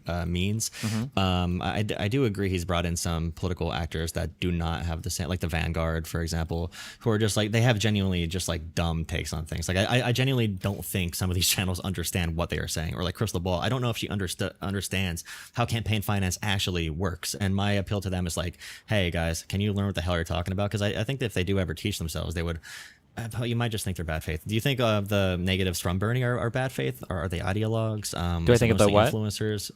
Like the negative effects that you see coming in from progressives, is it mostly do they mean well? I know you don't think like the Vanguard or Brown and Gray or some of them mean well, but would you say like do you think Bernie Sanders had a majority, like if you had to give a percentage to it, like a positive versus negative influence on like Democratic turnout to help Democrats win? Like, do you think he's positive for Democrats, or just on a numbers and statistics game, I would have to assume, based on the normal voting population, that it's always going to be positive. That like, even if an actual, like if Hassan Piker could push a button and turn out 100% of his audience to vote, my guess is even that would be positive for Dems in the general, just because a huge percentage of these people are still going to vote for the Democrat no matter what, would be my assumption. I'm almost certain that's true.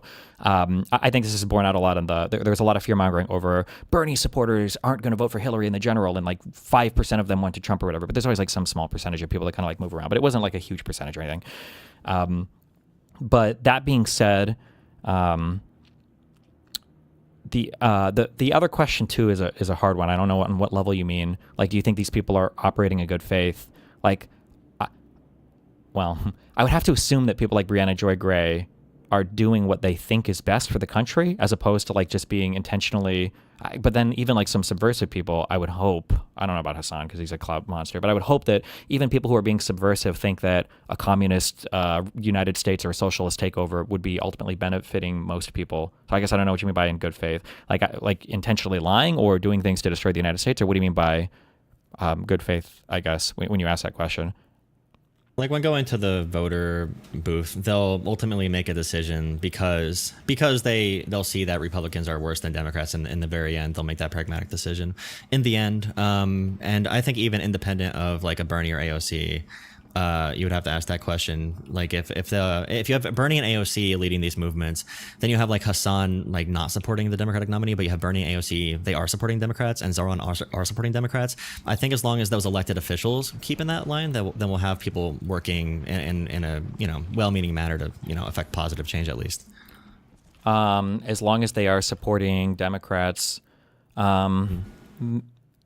Yeah, but when you allow more radical elements to come in and you don't check them, I think that those radical elements, because it goes back to that mechanism I talked about earlier. You create this like one-way treadmill where it's okay to push left, but it's never okay to push against the left.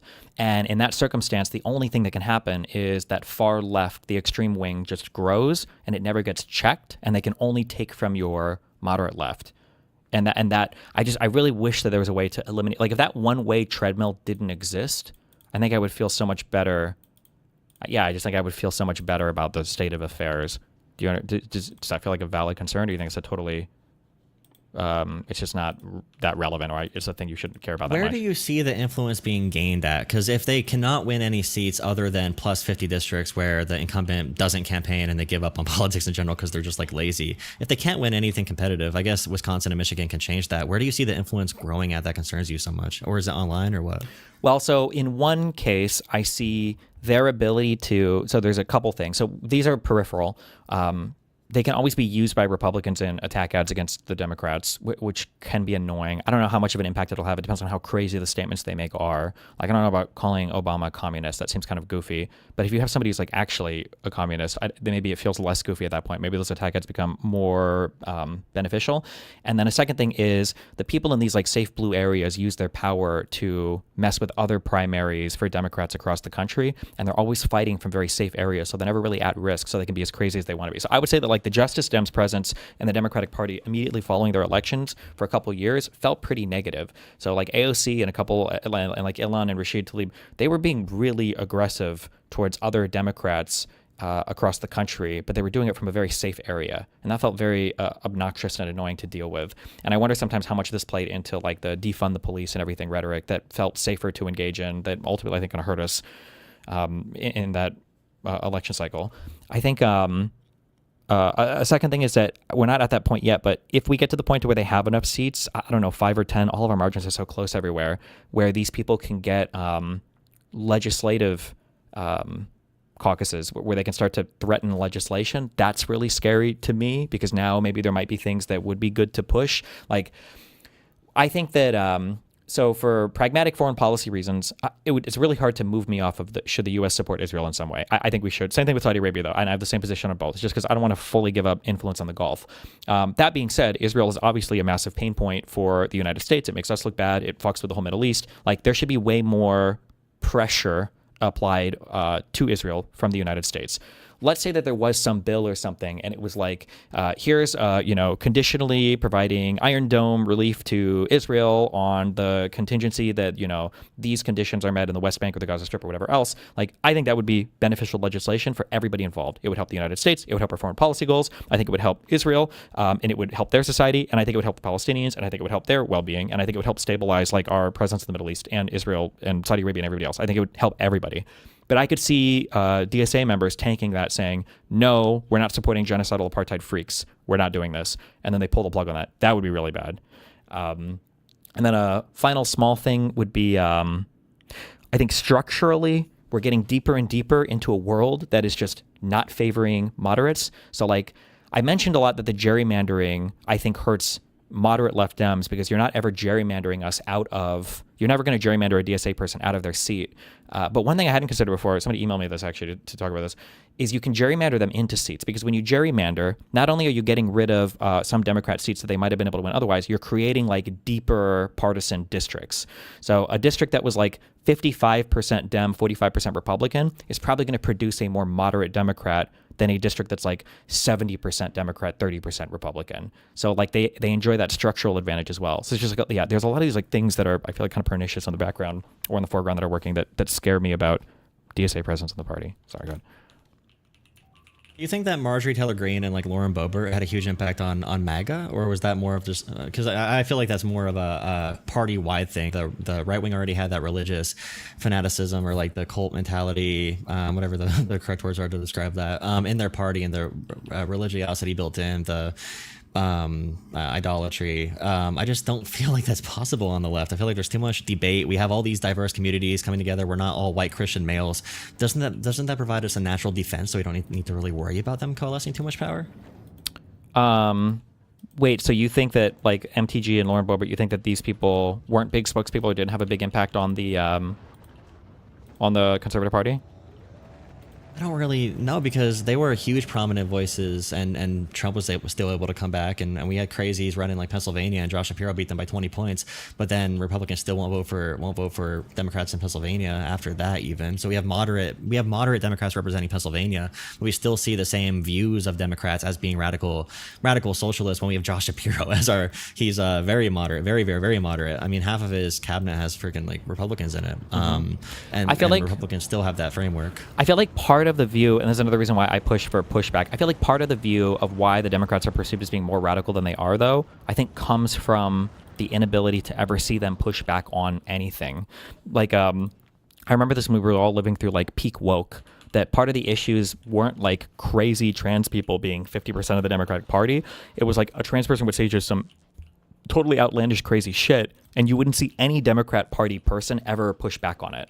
And I feel like that always led to the impression of, man, maybe the Democrats are actually way more radical and extreme like the conservatives say they are, which is another reason why I feel like we should be able to push back a little bit more on some of these people. Yeah. I think so. My position against the further left and also the deep center in the party. So I've been my TikTok videos about Jasmine Crockett have been getting like hundreds of thousands of friggin' views and so many comments calling me a dumb white boy. Mm-hmm. But like Jasmine Crockett, for example, is currently saying like you should be working with your people, referring to white people, and you need your accountability for your community. And she promised to campaign for Tyler Rico before the primary was over, and she walked that back. She's no longer going to campaign with Tyler Rico. She did not make an official endorsement. So in the same way, I've gotten comments about like that topic, in the same way that I would get comments about Israel, Palestine, about the far left. If I say I think there should be like a two-state solution, and like it makes no sense that these illiberal countries would make a liberal country in any makeup whatsoever. And then I'll have the same strong pushback from land acknowledgements and pronoun class, which in my experience with a nonprofit, a voting rights nonprofit that I'm not with anymore, but we had literal like white accountability groups. Like we had a meeting where it was the white people in one room and then non-white people, and white people like apologized for racial microaggressions. I was told personally at one point, and that person was no longer with the org, but that I could only supervise the white fellows or the interns that we were working with. Sure. Because and that actually did happen, and that does happen. And in the same way, the pushback I would give there, if I would say we shouldn't do land acknowledgements all the time, we shouldn't do mandatory pronoun announcements, I usually just say like, hey, tell us what you want us to know about you if we're in a group.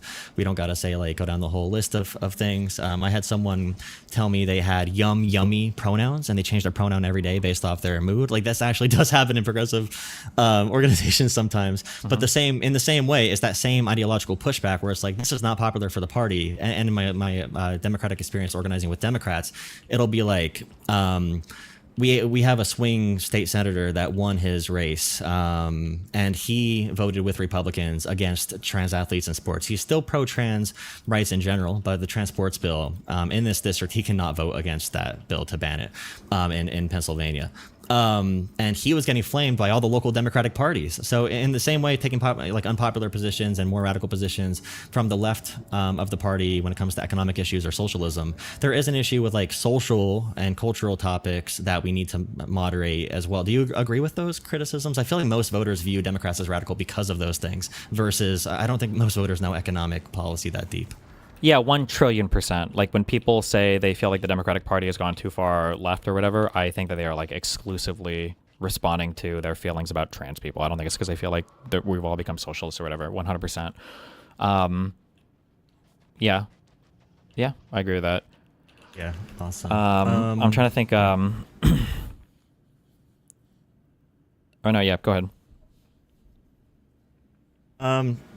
No, I think we went through. Or I guess, well, no, here, actually, well, I guess I'll say something on that. I guess when I view the woke stuff, I think that lacking the corrective mechanism in a party, this is a huge conjecture, but lacking the ability to push back, I think, on the woke stuff to some extent is kind of how we got, not to pull a conservative card out, but like it's kind of how the big conservative pushback was able to be so powerful, because they were able to message that so many liberals and Democrats were extremist, like crazy, whatever people, is because if you were to say during the whole like the uber woke era, if you were to have this feeling that the average Democrat wants, to trans all your kids or whatever bullshit, and you've got all the Republicans saying that, if you were to look and it's like, okay, well, what do Democrats actually think about this? If you were to try to look in the Democratic Party for their thoughts on it, you will find absolutely nothing pushing against any of that perspective, which I think is a little scary. And I think because of that lack of pushback, like I don't think the Democratic Party became so radical that you had no choice but to vote for the Republicans. But I think that the Democratic Party allowed itself to appear that radical because of their unwillingness or inability to push back against those further left positions. And then that's kind of what made us vulnerable to the wacky conservative shit that we're in right now. In my experience, especially with this current discourse I've been a part of, it's been a lot of like asking, hey, what is James Tallarico doing that is offensive or not enough to reach out to black voters? And a lot of the comments really are just, it's not my job to educate you. And Sure. It's a lot of white privilege language, and all these academic terms, whether it's for the economic issues or for social issues, are really just they sound terrible to any normal person, not normal, whatever, what I mean? If any person is not in the in group, it sounds really bad. And that's probably why Democrats are so fragmented, because if you're in a coalition of Democrats, as a Democrat, you must advocate for every minority group combined. You must advocate for every type of whatever class issues combined. Republicans can just say, like, I hate poor people, I want to kill black people, and we're going to cut taxes for the wealthy so I can eat more on my mega yacht. And people still vote for them if they can talk about like killing babies and trans athletes. Sure. So we do have that burden to carry. I will say, I'm not sure just if any as of our communities are the ones that do that, but just curious, do you live in Texas or where are you from, or do you not say? I'm what from state? Pennsylvania. Oh, one thing that I got, I think that maybe furthers my argument a little bit relating to kind of the wacky far lefto people or whatever, the online stuff is, somebody emailed me who they claim to have worked on the ground. I don't remember if it was for Tallarico or for Crockett's campaign, but they said that they felt like the online conversation is the thing that had poisoned the discourse so much, because hold on, I'm trying to see where this guy, I think he was a Crockett, I think he worked on Crockett's campaign, or he said it was a staffer for them. But he said that one of the issues was when you look at the Tallarico Crockett discourse, a lot of the most toxic discourse came from people online, and that part of the black feeling in Texas was this feeling of like the black lost, get in line and vote for the white now. And he said that on a local level, like Tallarico and his campaign didn't engage in anything even remotely close to that type of rhetoric. Obviously nothing to do with that, and that Tallarico has been super above board and respectful. He's been doing the I don't know if you call them town halls or whatever, where he's trying to take questions from black voters to assuage their feelings about that, but that a lot of it was kind of that more extreme discourse that had poured in on the national level online that was leading to voters having that takeaway feeling of things, is what this person said, at least. Yeah, and they all assume if there's any comments about any criticisms, that the comments that are the most aggressive towards Crockett will be calling her too ghetto and too aggressive, which I need to spend a lot of time pushing back there as well, because you might be interpreted as joining those people, or those people might speak for your group if you don't attack them well enough on that end. But then you can make the same argument if someone is like attacking a liberal, if they have an opinion that's more moderate on Israel, Palestine. So it's hard being that person in these groups though, because being someone who like focuses on what's pragmatic on both sides, you're going to be accused of being on the other extreme. Whoever you're critiquing, you're going to be on the other extreme, obviously. Sure. And then you're ruining future opportunities with any campaigns, with any consulting groups, with any nonprofits. If someone is in the different part of the party, it's difficult work to bring everybody together, and it really is not like some random white guy from Pennsylvania's job to comment on black voters in Texas. But I try giving a broad criticism to everybody who loses and is a sore loser, whether it's Bernie or Abdul if he loses, or Haley Stevens if she loses. I just think we need to push back against that. Sure. Very aggressively. I will say I looked at the Crockett stuff, and maybe there are other statements that she's made that I've just missed. I actually, because I assumed that Crockett was kind of being a sore loser, and that was not. I don't think that would be acceptable, especially for this Senate seat in Texas. But I felt like the big statement that I saw Crockett make was that she didn't. I think she said that everybody should support the Democrat on the ballot, but when she does her co-campaigning or when she goes out and campaigns for people, she's going to be focusing on the down ballot races. I mean, that seems like a fine position for me. I think, no, or is Crockett campaigning for Tallarico really? Like, does Tallarico need that type of assist? Like, I feel like her putting her effort into down ballot races for candidates, I think is okay. I would say that if you make a promise during the campaign that you're going to campaign all over the state for your opponent if you lose, it's kind of shitty to go back on that. And then at that Tallarico town hall, he did tell his supporters to keep Jasmine Crockett out of their mouths. And someone came up there and started listing off Twitter accounts that made them mad about Jasmine. And some of the Twitter accounts were like 500 follower Twitter accounts. And it is kind of, I saw some tweets that said it is kind of based to go to a political rally and ask the candidate to denounce every person that you don't like on Twitter with no relation to the campaign whatsoever. And Jasmine is very popular, very influential with black voters in Texas. So, and black voters, there's not much discussion about this, but Clyburn just said that black voters let Kamala Harris down. And I saw some progressive or some leftists like Vosh complaining about freaking Afrocentrism or whatever the hell weird shit he's on. But like, Trump did double his support with black voters in 2024 versus 2020. He did double his support with black voters. So there is something to be said about decreased turnout with black voters. And if the most popular black politician in Texas is going to be saying, like she responded to a like 30 like account on Threads of all places. They said, why are you sabotaging Tallarico? Which I don't agree with that language necessarily. She said, how can a loser, according to y'all, one who was completely awful and ran a shitty campaign, have so much influence? Get a grip and don't accept defeat. Go talk to, quote, your people, because they will be the ones not voting for him. You can make the difference. And most of the comments are saying, like, obviously, the white people are the problem, the brown people are the problem.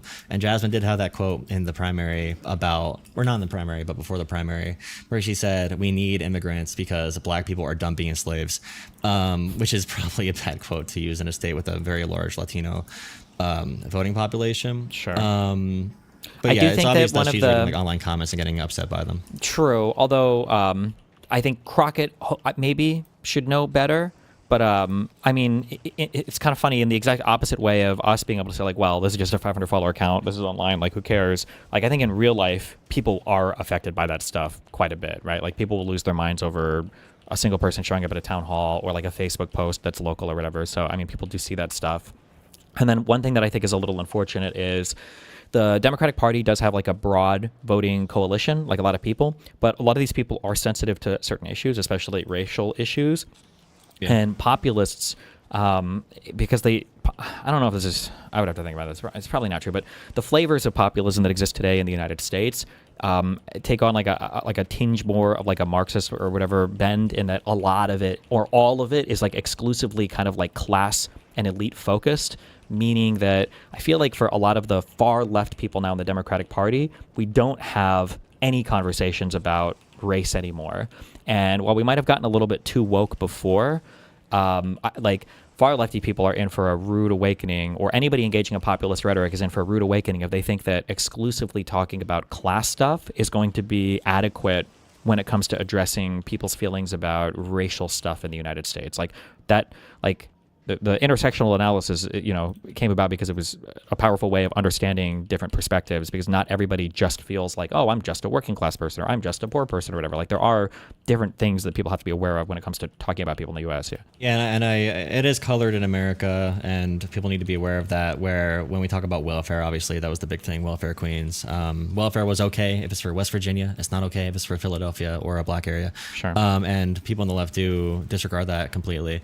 I do think it's a little bit like just as a heads up so people understand when you say that you're not saying that's actually true. You're saying that like this is how people view it, that like, oh, it's okay when that's it's how for people view it. Yeah, I'm just making sure so people understand. You're saying okay. Thank you, I appreciate that. Yeah, but yeah, that's how people view it in America, and that's the same thing with Trump. Is people view Trump as on their team. So if Trump's being corrupt, a white man can say, well, Trump's being corrupt for me. He's doing it in benefit of me. So in the end, I could be blind to it and just accept it. And they call Barack Obama the most divisive president in American history. After Obama had to do eulogies for black people who were gunned down in a black church by Dylan Roof, like Obama brought the country together after that shit, bro. Sure. And it's like, holy shit. The fact that Republicans say the opposite is crazy. But being hard on the left to message more on race issues, they do kind of disregard it, and that's not great either. Just to get back to, okay, are you in favor of? Do you think Chuck Schumer needs to go? I don't think I know enough to say. Like, my immediate feeling is yes, but I don't know if he's been involved in a whole bunch of like behind the scenes stuff that I'm just not aware of. That it's like, actually, no, Schumer's been really effective in terms of whatever. But one thing when people look at, there's a thing I talked about the other day, when people are like really mad at Ken Martin, people are mad at Jeffries, people are mad at Chuck Schumer. And then people are saying like, well, you know, whether or not they actually need to go doesn't matter. That what matters is the perception that they need to go. And like, that's what we have to deal with right now because the perception is so bad. But sometimes I wonder if because of our inability to message at all as Democrats, we look to these other entities to like fill in what we feel like we're missing. And it's just not possible for people to get what they want out of these other entities. So for instance, like we've had so many conversations about Ken Martin and the DNC. But like what I'm thinking is like, how many people in this country have ever looked to like the DNC or the RNC ever to take a position or a stance on anything ever? Like even today, my guess is like less than 15% of Americans even know what like the DNC and the RNC are. But like because we don't have any messaging anywhere else, this is the thing that people are focused on. And I kind of wonder if it's the same for Schumer and Jeffries sometimes, where they want like a really strong, they want like a Bernie Sanders or like a Democratic Party spokesperson. And so they're getting mad anywhere they can, not realizing that they're probably just not going to get that from this position. Does that make sense? Yeah, and I think Jeffries is a good sign because Mom Donnie and I believe AOC, Brad Lander, they all co-signed Jeffries, but they also went against Schumer. So I think that kind of shows that there is something in the party happening where Jeffries is trying to rein in the DSA, the center of the party. Jeffries congratulated the DSA for the positions they won, and then through committee assignments and everything, you can meet the realism of politics at that point. Now Chuck Schumer, his influence, I would, if you want to blame anyone for Plattner, Chuck Schumer, other than the idiots that recruited him and didn't bet him at all, really. Chuck Schumer is the one that helped convince every other candidate to drop out for Janet Mills, and Janet Mills did not run a campaign whatsoever. Sure. Schumer is also the one that pressured the party, and you could argue what kind of pressure it is, whether it's money or influence, or it's probably just connections. But for Haley Stevens in Michigan, and she's a very weak candidate, if she really loses to Abdul by 10 points or more, then it's insane that she was even the candidate that the Schumer class chose. So he did support that as well, and he is giving way to the radical elements of the party that you are not a fan of, and I think that's one reason why people that support you would probably want to get rid of him. For Ken Martin, sure. I will say for Schumer real quick, it's like cohesion. It does seem, regardless of any cope or any excuse you could make for Schumer, it does seem strange that Bernie Sanders, a senator from Vermont, seems to have more ability to support and nominate people, or not officially nominate people, but to like endorse candidates than Schumer would. That does seem to be like a failure on Schumer's part that I don't know how you rationalize that. So I think I would agree with that. I get mad if Schumer, because he leads, I believe, the DSCC, so the official Democratic Senate committee with Gillibrand. And when they come out and support candidates, it seems like they're putting their finger on the scale and they represent the party. So Bernie does have the freedom to be an independent, to go out to these places and do whatever the hell he wants. But I do think there should be more politicians who advocate for who they want. But we did see like Jim Clyburn and everyone come up to support Haley Stevens. Now for Ken Martin, I would be concerned with just every organizer I know wanted Ben Wickler, like everyone. I don't know one person who wanted Ken Martin. Him getting picked was like a huge surprise to everybody I know. Everyone said, who the hell is this guy? We don't know who he is. We know like something about him, but he's not someone that we would ever give, our money to. That lack of confidence, the only way they ever appear in the news is when he's getting HR violations for throwing his phone at like the desk of junior staffers. He was on a Zoom call crying that he doesn't even want the job anymore because it's so difficult. The DNC had to put up their own headquarters for a $15 million loan as leverage or as collateral. So like it's just like at that point, but Ro Khanna is like in favor of Ken Martin for they might want to run for president, so they want favorability. I guess the big thing I look at when it comes to Ken Martin is, like sometimes I'll hear these, an Axios story or whatever, and it's always these unnamed people that are complaining that Ken Martin's not, meeting the moment or doing much. But then I'm looking, it's like, okay, well, why aren't people trying to like actually kick him out? And it's because it seems like there's nobody that's being offered as somebody who can step up and replace him. And when I see that, my feeling is less that these are failures of Ken Martin and more that it's like people are expecting the DNC to do something heroic or miraculous that like the DNC just can't do. It's the DNC. Like I don't know if at any point in all of U.S. electoral history, well maybe before I was born or whatever, where people are like, okay, like we're in big trouble as the Democratic Party. We need the DNC to step up and bail us out. Like it's always, unfortunately for Democrats, it feels like it's always just been like, okay, well who's the Democratic president? That's our leader right now. And as soon as they're gone, we're all going back to the drawing board because we have no consistent ideology or leadership in between elections. Is what it feels like to me.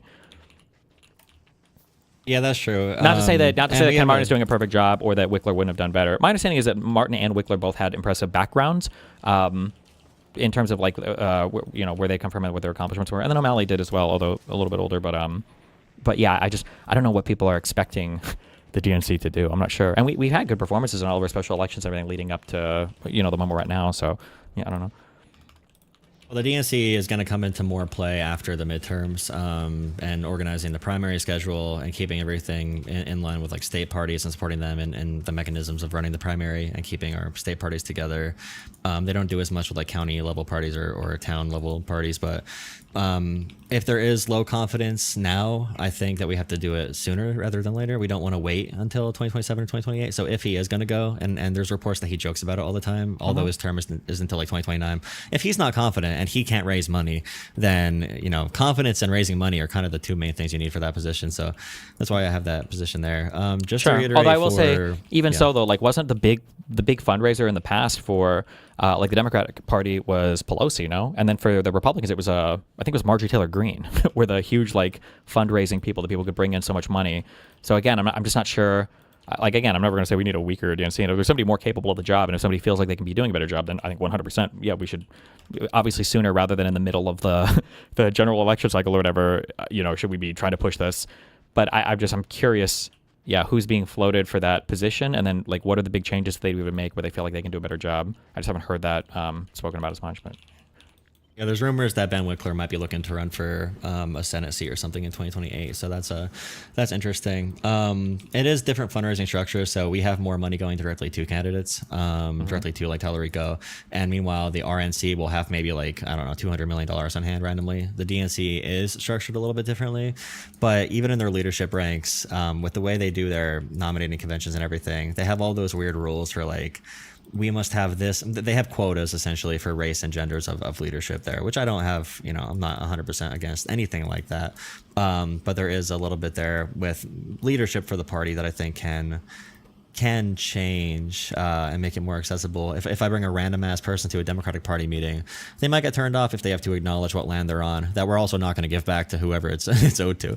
And Sure. Also we have to say their pronouns and talk about all that kind of stuff. And just to...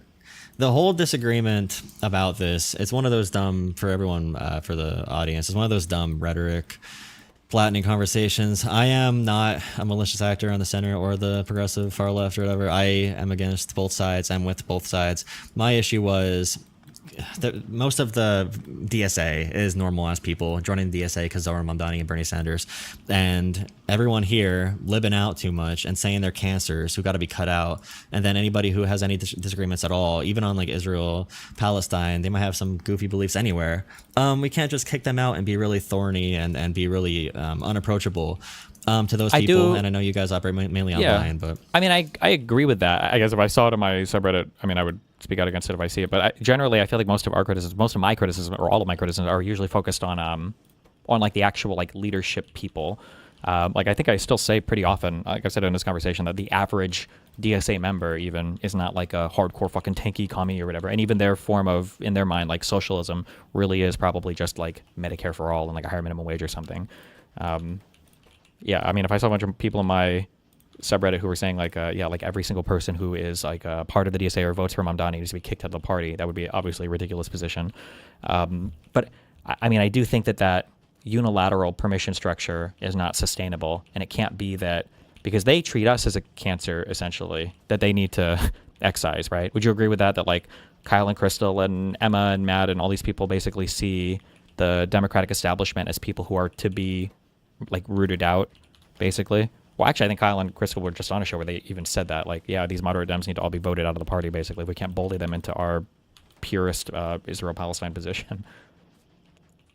Yeah, that's their goal. I think Kyle is still I think he's not the worst ever, but I still don't like when I go and watch someone like Kyle's show and he starts it off with, I need your $5 donation. Your $5 donation is the only way we can run this platform. It's the only way we can reject corporate media. And I'm like, bro, you're like a multi-millionaire, bro. You got multi-million subscribers. You've been doing this for a long time. I see your views and you're still begging for money like you're a populist candidate, a populist media channel. Like I should be begging for money like that, not you, big bro. It's just like, it just doesn't, I just can't stand that posturing. Or even like the Breaking Points, they all are begging for all this funding. It's not like these shows are the most overhead cost intensive things to run, so I do get weird vibes sometimes. But I do enjoy Kyle a little bit. I don't enjoy Crystal as much, especially with the Ukraine takes. That's freaking crazy as shit, and the way she treats Democratic politicians with zero charitability whatsoever. But Kyle does segments with you. Even like there's multiple Kyle segments in the past few months where he uses a clip of you and says how bad you destroyed MAGA. He might throw in there like, well, he sucks on Palestine in the same way that you say he sucks on Palestine,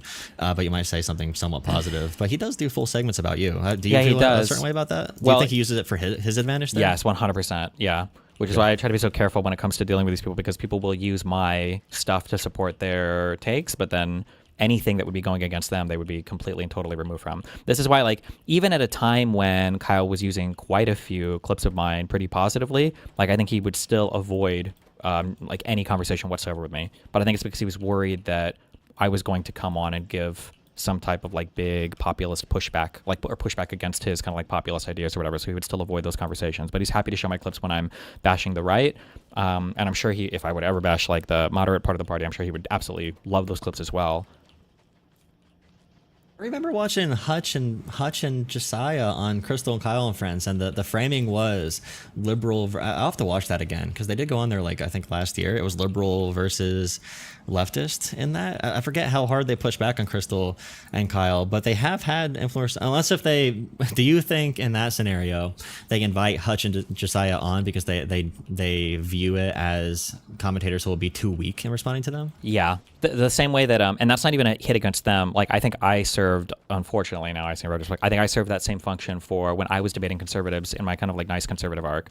Like the string of Daily Wire debates I was saying in that era, conservatives viewed me as like, okay, well, this is the liberal that we can bring on, and he's a really good debater and everybody knows it, but he's not going to be unhinged. So we can say that we've like given them a fair shake, and then we've had our like conversation, and then we can go back to talking about how immigrants and Haitians are like the source of all of our problems, and like we've done it. So I feel like, yeah, it's like I need somebody who's going to be oppositional in the way that, like if you've talked to people, certainly you've heard this before, where somebody says like, yeah, you know, I'm not with Trump on everything, but you know, I vote for him. And then when you ask like, what are they not with Trump on? It's just like the most irrelevant sideshow shit ever. And it's like, well, what are you with Trump on? And it's like every single major policy point. And it's like, okay, like I think they're kind of looking for that, or it's like some pushback, but not like super big pushback that could frighten the audience too much.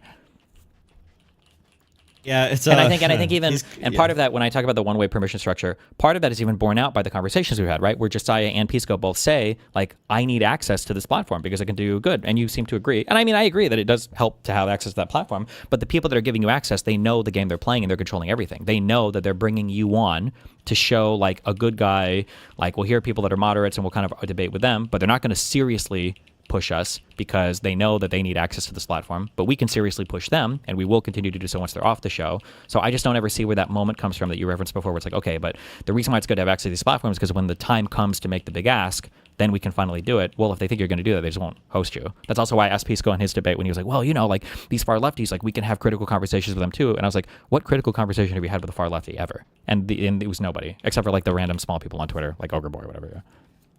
Here's the meat of probably what our conversation was supposed to be. And when I see, do you not think there's any way that we have social creatures involved here? So like we know, like Cory Booker put out a video about how he worked with Lindsey Graham and they disagreed, but they like were friends and they were able to get some stuff done. Do you think that is there at all? So I see Kyle interacting very positively with Adam Mockler, with Isaiah Martin, with Josiah. He posts your videos sometimes. Positively with Pisco, even with Hutch sometimes, at least a few months ago. Do you not think there's any chance at all that them being friends with each other in the same kind of like social group will influence Kyle to say like, even if we elect, I don't know, Gavin Newsom, which is their big enemy, that social grouping will pressure Kyle into, and all the stuff he said about like supporting Democrats over Republicans will make him more amenable to not backing out if he is a part of the social group versus if we leave completely? No, because I feel like what happens is you just become one of the good ones. That's what it felt like for me a lot. And that was a trend that I'd noticed where I thought I was doing a thing where it's like, look, I can show you that Democrats can be reasonable. And instead, people just view me as like the one reasonable Democrat. Much the same that like a person being friends with one black person doesn't make them not racist. They just think that that one black guy is like one of the good ones and he's an exception to all of the other bigoted views they have. I don't know how much pressure there is, especially when the whole environment, like I think if they were organic friends, like they were just people that hung out in real life and had different political beliefs, then I think maybe there's a chance of that, but not when it's an inorganic, artificially constructed online arena where they're very intentionally only keeping certain people in certain areas to further their political beliefs, basically. One thing that, and also in terms of intentionality, this is funny.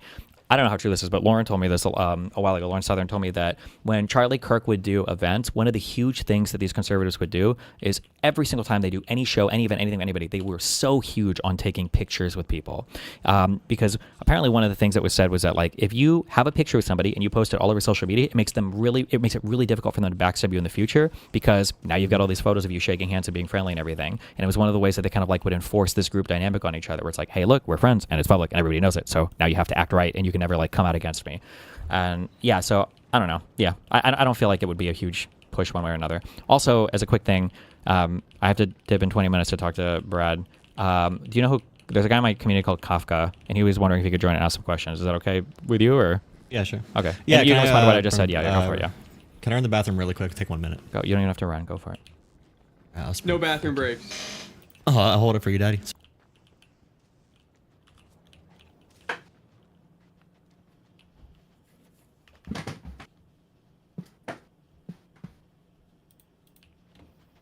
Oh, so Mooten's been here the whole fucking time doing nothing. Well, yeah, you guys are having your convo. You want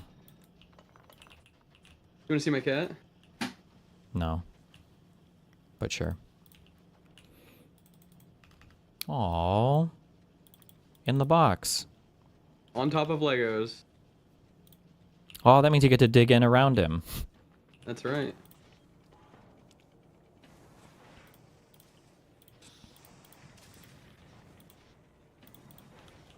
Kafka has to join and then goes AFK. Classic. Fucking loser.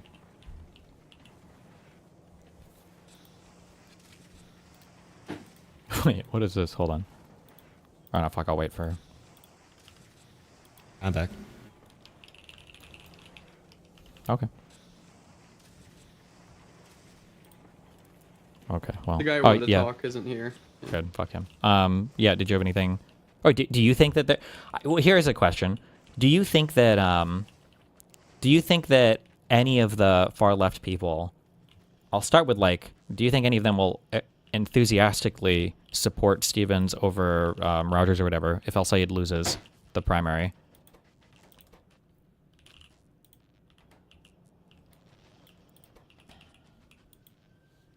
Okay, good troll. You're muted? Hello? Hi. I'm muted? No. No, Joel, yeah, I was I muted. was muted. Sorry. No, Kyle calls Haley Stevens MAGA light already. So. Yeah. Okay. He calls a lot of the Democrats MAGA-lite. True. That's his go-to. They're good at buzzwords. They're really good at that. We don't have that nearly as much. Democrats always have to like use Republican phrases and turn it back on them. I feel like we don't make our own ever. Yeah. Well, we called him weird for a while. That was genuinely working. They hated that. Just because Yeah, it picked or up so Neo- much buzz online and then, but then it died Yeah. out after a couple weeks, yeah. Couch Like fucker was Stephen good, I Miller think, ugly. but that guy is fucking Voldemort, dude. Jesus fuck.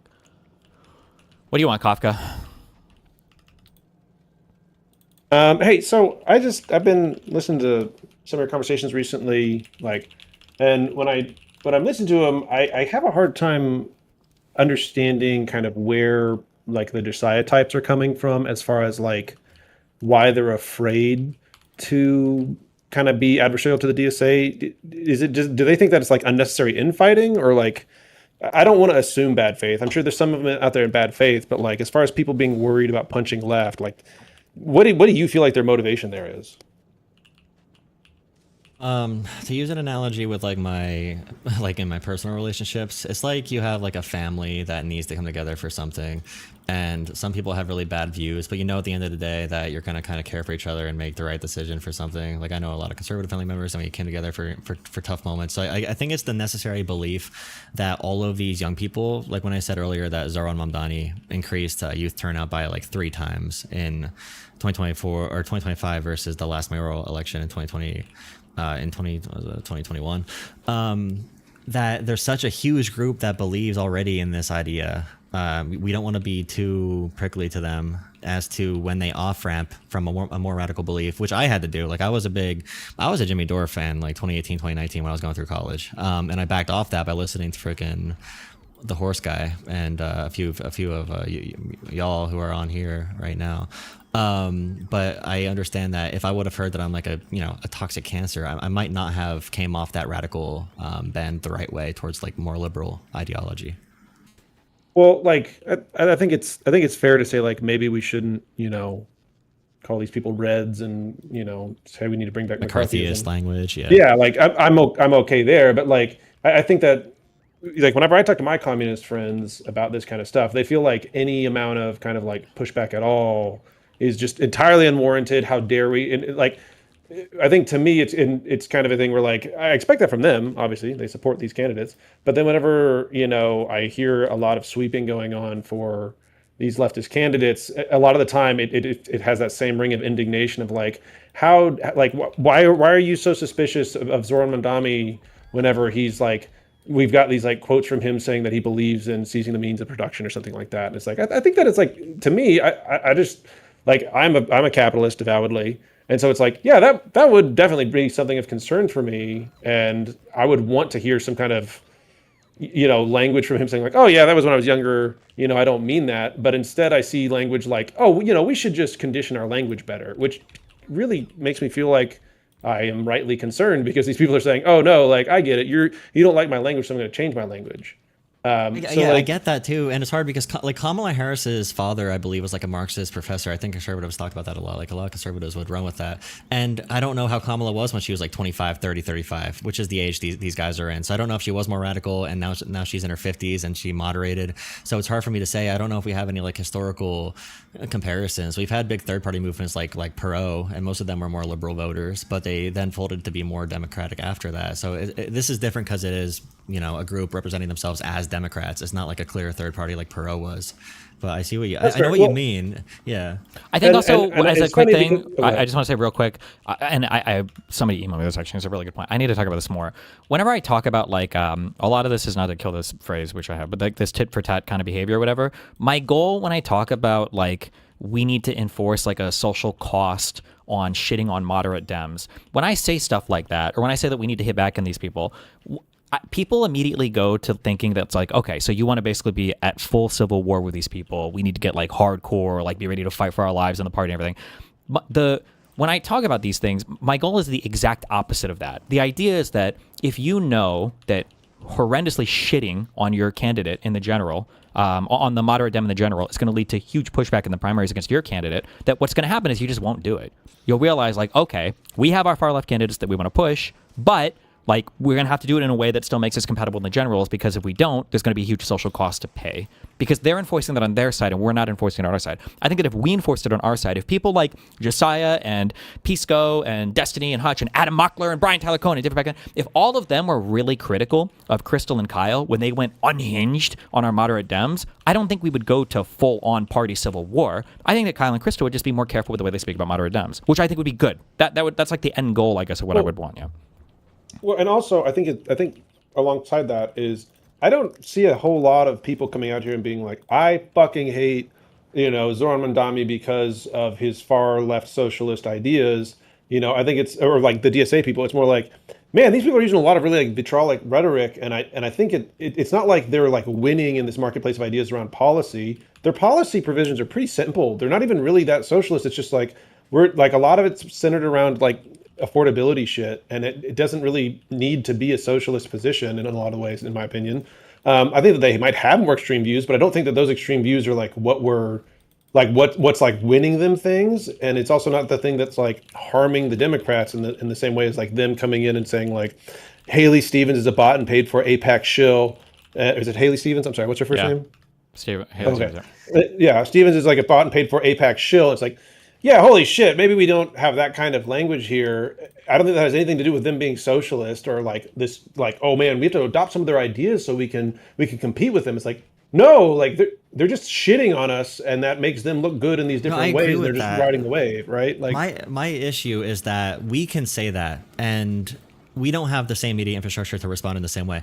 But when we have the leaders of the party not only responding to them in an adversarial tone, but doing it in a dumb way that's going to feed into their like political goals, like Gillibrand being a top Senate Democrat leading the Democratic Senate Committee, and she's like, or like a Democratic Senate Campaign Committee, and she's calling Zoran a radical jihadist. Like the moment he gets elected, that makes moderate Democrats look freaking insane. So that's why I'm saying the Chuck Schumer, Gillibrand, like the establishment of the party does have an issue. We need turnover. We have so many skilled leaders in this party ready to take control, take leadership, that we are just like, forcing under and not letting them, and they're making us look bad. They're honestly, the moderate leadership is making moderates look bad if you are like a liberal. sure. And I think one of my communist friends brought up a point that was actually pretty funny, where it's like, let's say like the DSA does eat the Democratic Party. Like, let's say like 2028 comes around, DNC is totally dead. It's only DSA left, and every Democrat is voting for the DSA. Well, like at that point, for the DSA to maintain that position and power, they now would have to be a big tent party and moderate themselves, right? So like you just see, like otherwise the DNC people wouldn't vote for them. So like to me, I wonder how far can the DSA grow before like they are forced to moderate to keep growing and eating the DNC. They're already having to moderate. Right. Like Francesca Well, is already well- running away from every position she ever held. Well, one second. Like, I think there's a difference between like a candidate going, okay, I'm going to hide my true beliefs, versus the party as a whole going like, we are reaching a limit of political efficacy. We need to pivot and make sure our candidates are putting forth positions that are moderated such that we can take in the DNC. Because like right now, I think it's pretty easy for them to just come out and say like, we want a higher minimum wage, we want better healthcare, and we want lower gas prices, and that will like, that can win a primary by itself, just saying that shit, right? But like, let's say we're in some kind of realistic political climate that doesn't have Trump anymore, right? Like, I think that there's only so far that kind of affordability talk, especially if our economy recovers and we're feeling, and like people don't feel as much of a threat from kind of like economics. Now the DSA is kind of like, well, Israel's not gonna win us this primary. Us seizing the means of production, us, those kinds of things I think aren't as much of winners. I think it's literally just that they have the ability to go on an affordability ticket in a bad economic climate, and so like on the one hand, it feels like it's scary to me that like this DSA stuff is rising, but I don't know how much, like, as they gain power, I feel like either their radicalness is going to kill them, or they're going to have to moderate such that they're not as much of a threat. Like they go from being democratic socialists to sock Dems. Ever watch Scooby Doo? You know Scrappy Doo from Scooby Doo. I do know who that person is. I feel like Scrappy Doo is kind of like the DSA right now, like the little tiny guy that's wearing a big costume to seem like a big bad villain. But when we kind of peel it back, it's not going to be that big and strong. And to be clear, I know Destiny's got to go soon. The rhetoric I was responding to with like my tweets and everything was that one Twitter space conversation I was listening in on, where the rhetoric I heard was, you know what, maybe McCarthy was right. We must root out these evil communists by root and stem to make sure they do not infiltrate the rest of the party because they're so close to doing it. That's what I was saying was like the antisocial language. So this conversation is like categorically different from what I was expecting to be talking about. But I'm guessing that, well, when I've said this, I have always said that I'm not referring to like the average DSA voter. Like, I don't think the average DSA voter, even I've even said multiple times with regards to Hassan's audience, I don't think the average Hassan fan is a hardcore socialist. This is why I laugh at Hassan, because I think he gets into a lot of trouble sometimes when he gets dismissive of intersectional issues, and he fights sometimes with like his trans audience or any other non-class related thing with his audience, because he's getting frustrated that they're not understanding that he doesn't give a fuck about the class related stuff. And I think that's a funny thing. But I'm just worried that we're unable to push back against these far left elements, and the people have openly stated that they are trying to be subversive and they are trying to take over the party. And I don't know if that reaches a critical mass at some point. And you saw it happen so horrendously with the Republican Party that, I don't know, that's a spooky thing to me. And structurally, like, these guys are favored in the Democratic Party the same way the Republicans are favored on the national level. So I don't know, that's all scary to me. That nobody can say or push back against it all. It's spooky. Desi, can I ask, what do you think do you think there's any meaningful, like, let's say Haley Stevens is in a debate with Al Sayed, and she just turns to him and goes, like, hey, do you believe in seizing the means of production? It's like, just straight up, do you believe in that?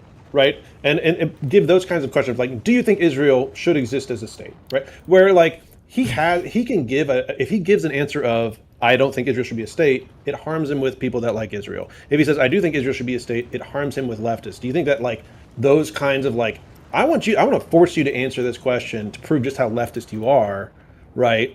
Because I think either the issue way, is that, it's like, hurting you on one side of the base. I don't know I don't even know what seize the means of production means to the average voter. I don't know if they even know what the fuck that means. Like, a person might say yes, they Sure. want him to But seize the means of let's say production if there's they a think that it's crafted like version of it that a voter could understand, but would no, I identify do some think kind that of leftist forcing position. stronger answers on certain things, I think, would be beneficial. Yeah, I'm not sure what the most effective ones would be in Michigan. I felt like in that last debate, it didn't feel like Stevens was responding much to Syed at all. Like, I didn't feel like she had a good way to target or attack him at all. But it's also He hard. calls in himself that, a capitalist too, right?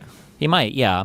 But it's also does. hard when you're dealing with the populist types, because the populist types they're literally promising you like the heavens. Like, they want to give you everything. I was looking at the Francesca lady's platform, and it's just like paid vacation and child leave and expanding the whatever the name is for the Wisconsin Medicaid program or whatever. It's just like all this stuff. And then when you ask for what is it that how are you going to tax these people more? It's just like, oh, we're going to put a millionaire and then a billionaire tax or whatever. It's like, there's no way this is raising money for this. So I don't even know on the debate stage how you even compete for that, because it seems like it's such an unpopular position to have to say, like, okay, guys, we got to think about our budget. We need to raise money for this shit. Like, nobody wants to actually have that conversation. Well, I think, sure, and I think that's kind of the nature of, like, you're going to have these, like, maverick progressive types that are going to come in and promise the moon, and then, so they're going to win some, but then it's on us to say, hey, remember whenever Mamdani won and he promised free buses and he didn't give us that? Remember whenever he won and he was going to do these fucking grocery stores and they all flopped,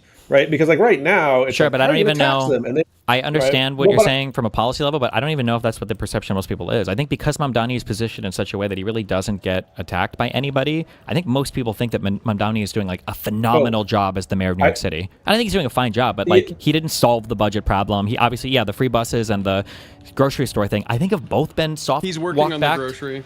Well, but no, it hasn't been soft the walk buses back. Are you sure? He says it's faster a year buses. out. Yeah, he's still talking about it's going to be 30% off of, like, literally anything else anybody buys. He just did a whole yeah, but speech it's on not. Isn't he just outsourcing it to? He's just basically subsidizing, like, private companies that are going to be selling in grocery stores. I no? wish he was. No, he's instead hiring people on the budget of fucking New York to have them run the companies. They did, like, a big hiring campaign yesterday or 2 days ago. Huh. Okay.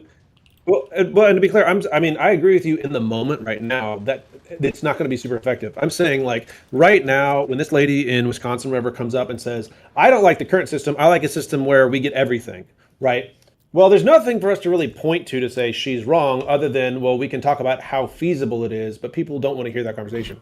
But the next person that comes up and says, I want to replace this thing with wishes and rainbows, and we say, hey, here's that lady that just got in with wishes and rainbows, and her term fucking sucked. She did none of it, and we're in a worse position, right? I think right now they're just benefiting from the fact that there's literally no way for us to, like, point to an example of them really failing in these kinds of promises that's meaningful. I think now that they are in, we have meaningful examples to say, look, y'all's policies suck ass, and we shouldn't do those, as opposed to, like, well, here, let me pull out my fucking Excel spreadsheet and explain why bus fare is an important part of how like, the network. You see what you works just in said New there? York. You said Excel spreadsheet. Like, that's one of the reasons why, like, Cheryl and New Jersey's doing so good, is because she's understanding that we cannot talk like technocrats, and we can't go by, like, percentage of policies and how they impact this tax credit and this minority-owned business or whatever. Like, that politics is gonna fail. So we probably need liberals, like, to do what John Ossoff is doing, and to push the That's what I just conversation in a said. I said we pragmatic direction. shouldn't Yeah, get use them. populist rhetoric to get elected. But shitting on his own probably has no function at this point. We should be learning from him. Like, if Joe Biden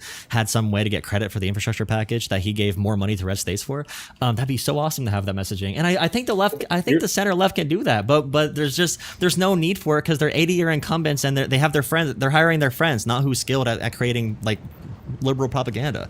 We gotta root that out. That's like an infrastructure problem with, like, the DNC itself. Yeah, that's like the main issue of the media landscape, though. Well, sure, but then on the other side of that, like, I think that Democratic vote, like, the Democrat offer whenever they go out there is fundamentally flawed in the sense that they are expecting and they're saying, if you want our message, you need to be educated on some level. That's fucking stupid. Showing up and telling voters, hey, I've got a really great message for you. Can you be a little bit educated so you understand it? That is always a losing bid. Leftists are not doing that. They're showing up and saying, here's money. Right-wing people are not doing that. They're showing up and saying, brown people suck. All right. You don't need to be educated to understand either message. The DSA has complex and high-level policies that I don't agree with, and I think they're fucking stupid, but they have them. They don't fucking talk about them, though. They don't talk about those things. They just come in and talk about really basic shit. I'm saying that right now, the only way to attack DSA policies and stuff is with complicated conversations that nobody wants to have. If we have, well, I think, you could look at what you're saying. If the examples that you gave earlier are true, I mean, you could look at them and just say, like, didn't you try this particular thing in this particular district, and like you didn't get the free buses or whatever? Like, it wouldn't be like a technocratic speech. It would just be like you tried this and it didn't work, and then you would point to the example. Right. But I mean, like, and yeah, if those like examples, sure, if those examples worked, like, I mean, yeah, you could do it.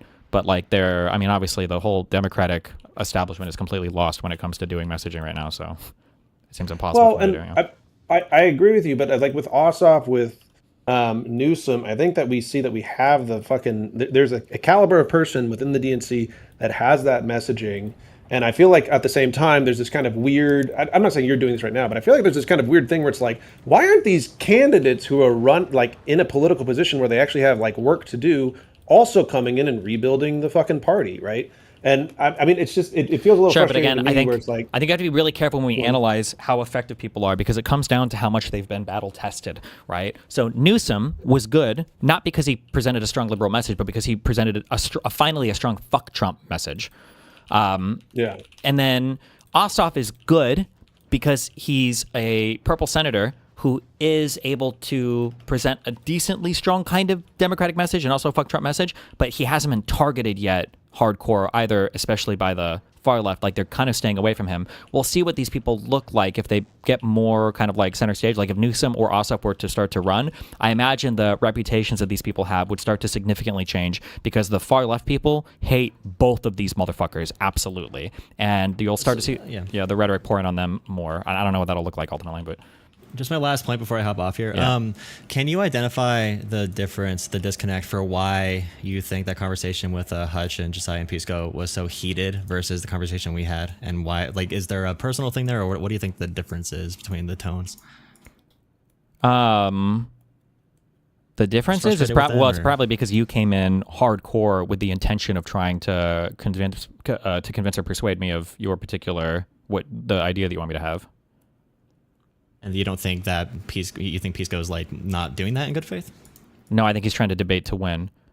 Spoiler alert, not to spoil anything, but I listened to you last night on Tom. You were way more aggressive towards my positions there. So I thought when you came in today, I thought we were going to be screaming at each other. But you're trying very hard to have the conversation in such a way that you don't shut my brain off immediately by putting me into debate mode. So I imagine you're trying to be like intentionally persuasive right now. This isn't like saying you're Machiavellian or anything, but I mean, you're obviously trying to convince me of a thing. I think that when a lot of online people, me included, when you get like in debate mode, the goal of the conversation changes, I think, quite a bit. Yeah. But that'd be my guess. Yeah, you're trying to convince me of an idea because you think I'm correct, rather than like win a debate on a particular thing. So I imagine there are probably things I've said in this conversation that you probably disagree with more, that you decided not to like, go into the dirt with me on, because you didn't think it was conducive to the end goal of the conversation we might get. Yeah. Well, Tom took the position that AOC is knowingly a part of the DSA conspiracy to unseat the entire Democratic Party and replace it with socialism nationally. So, and you backed off that position. I thought you were going to take that position.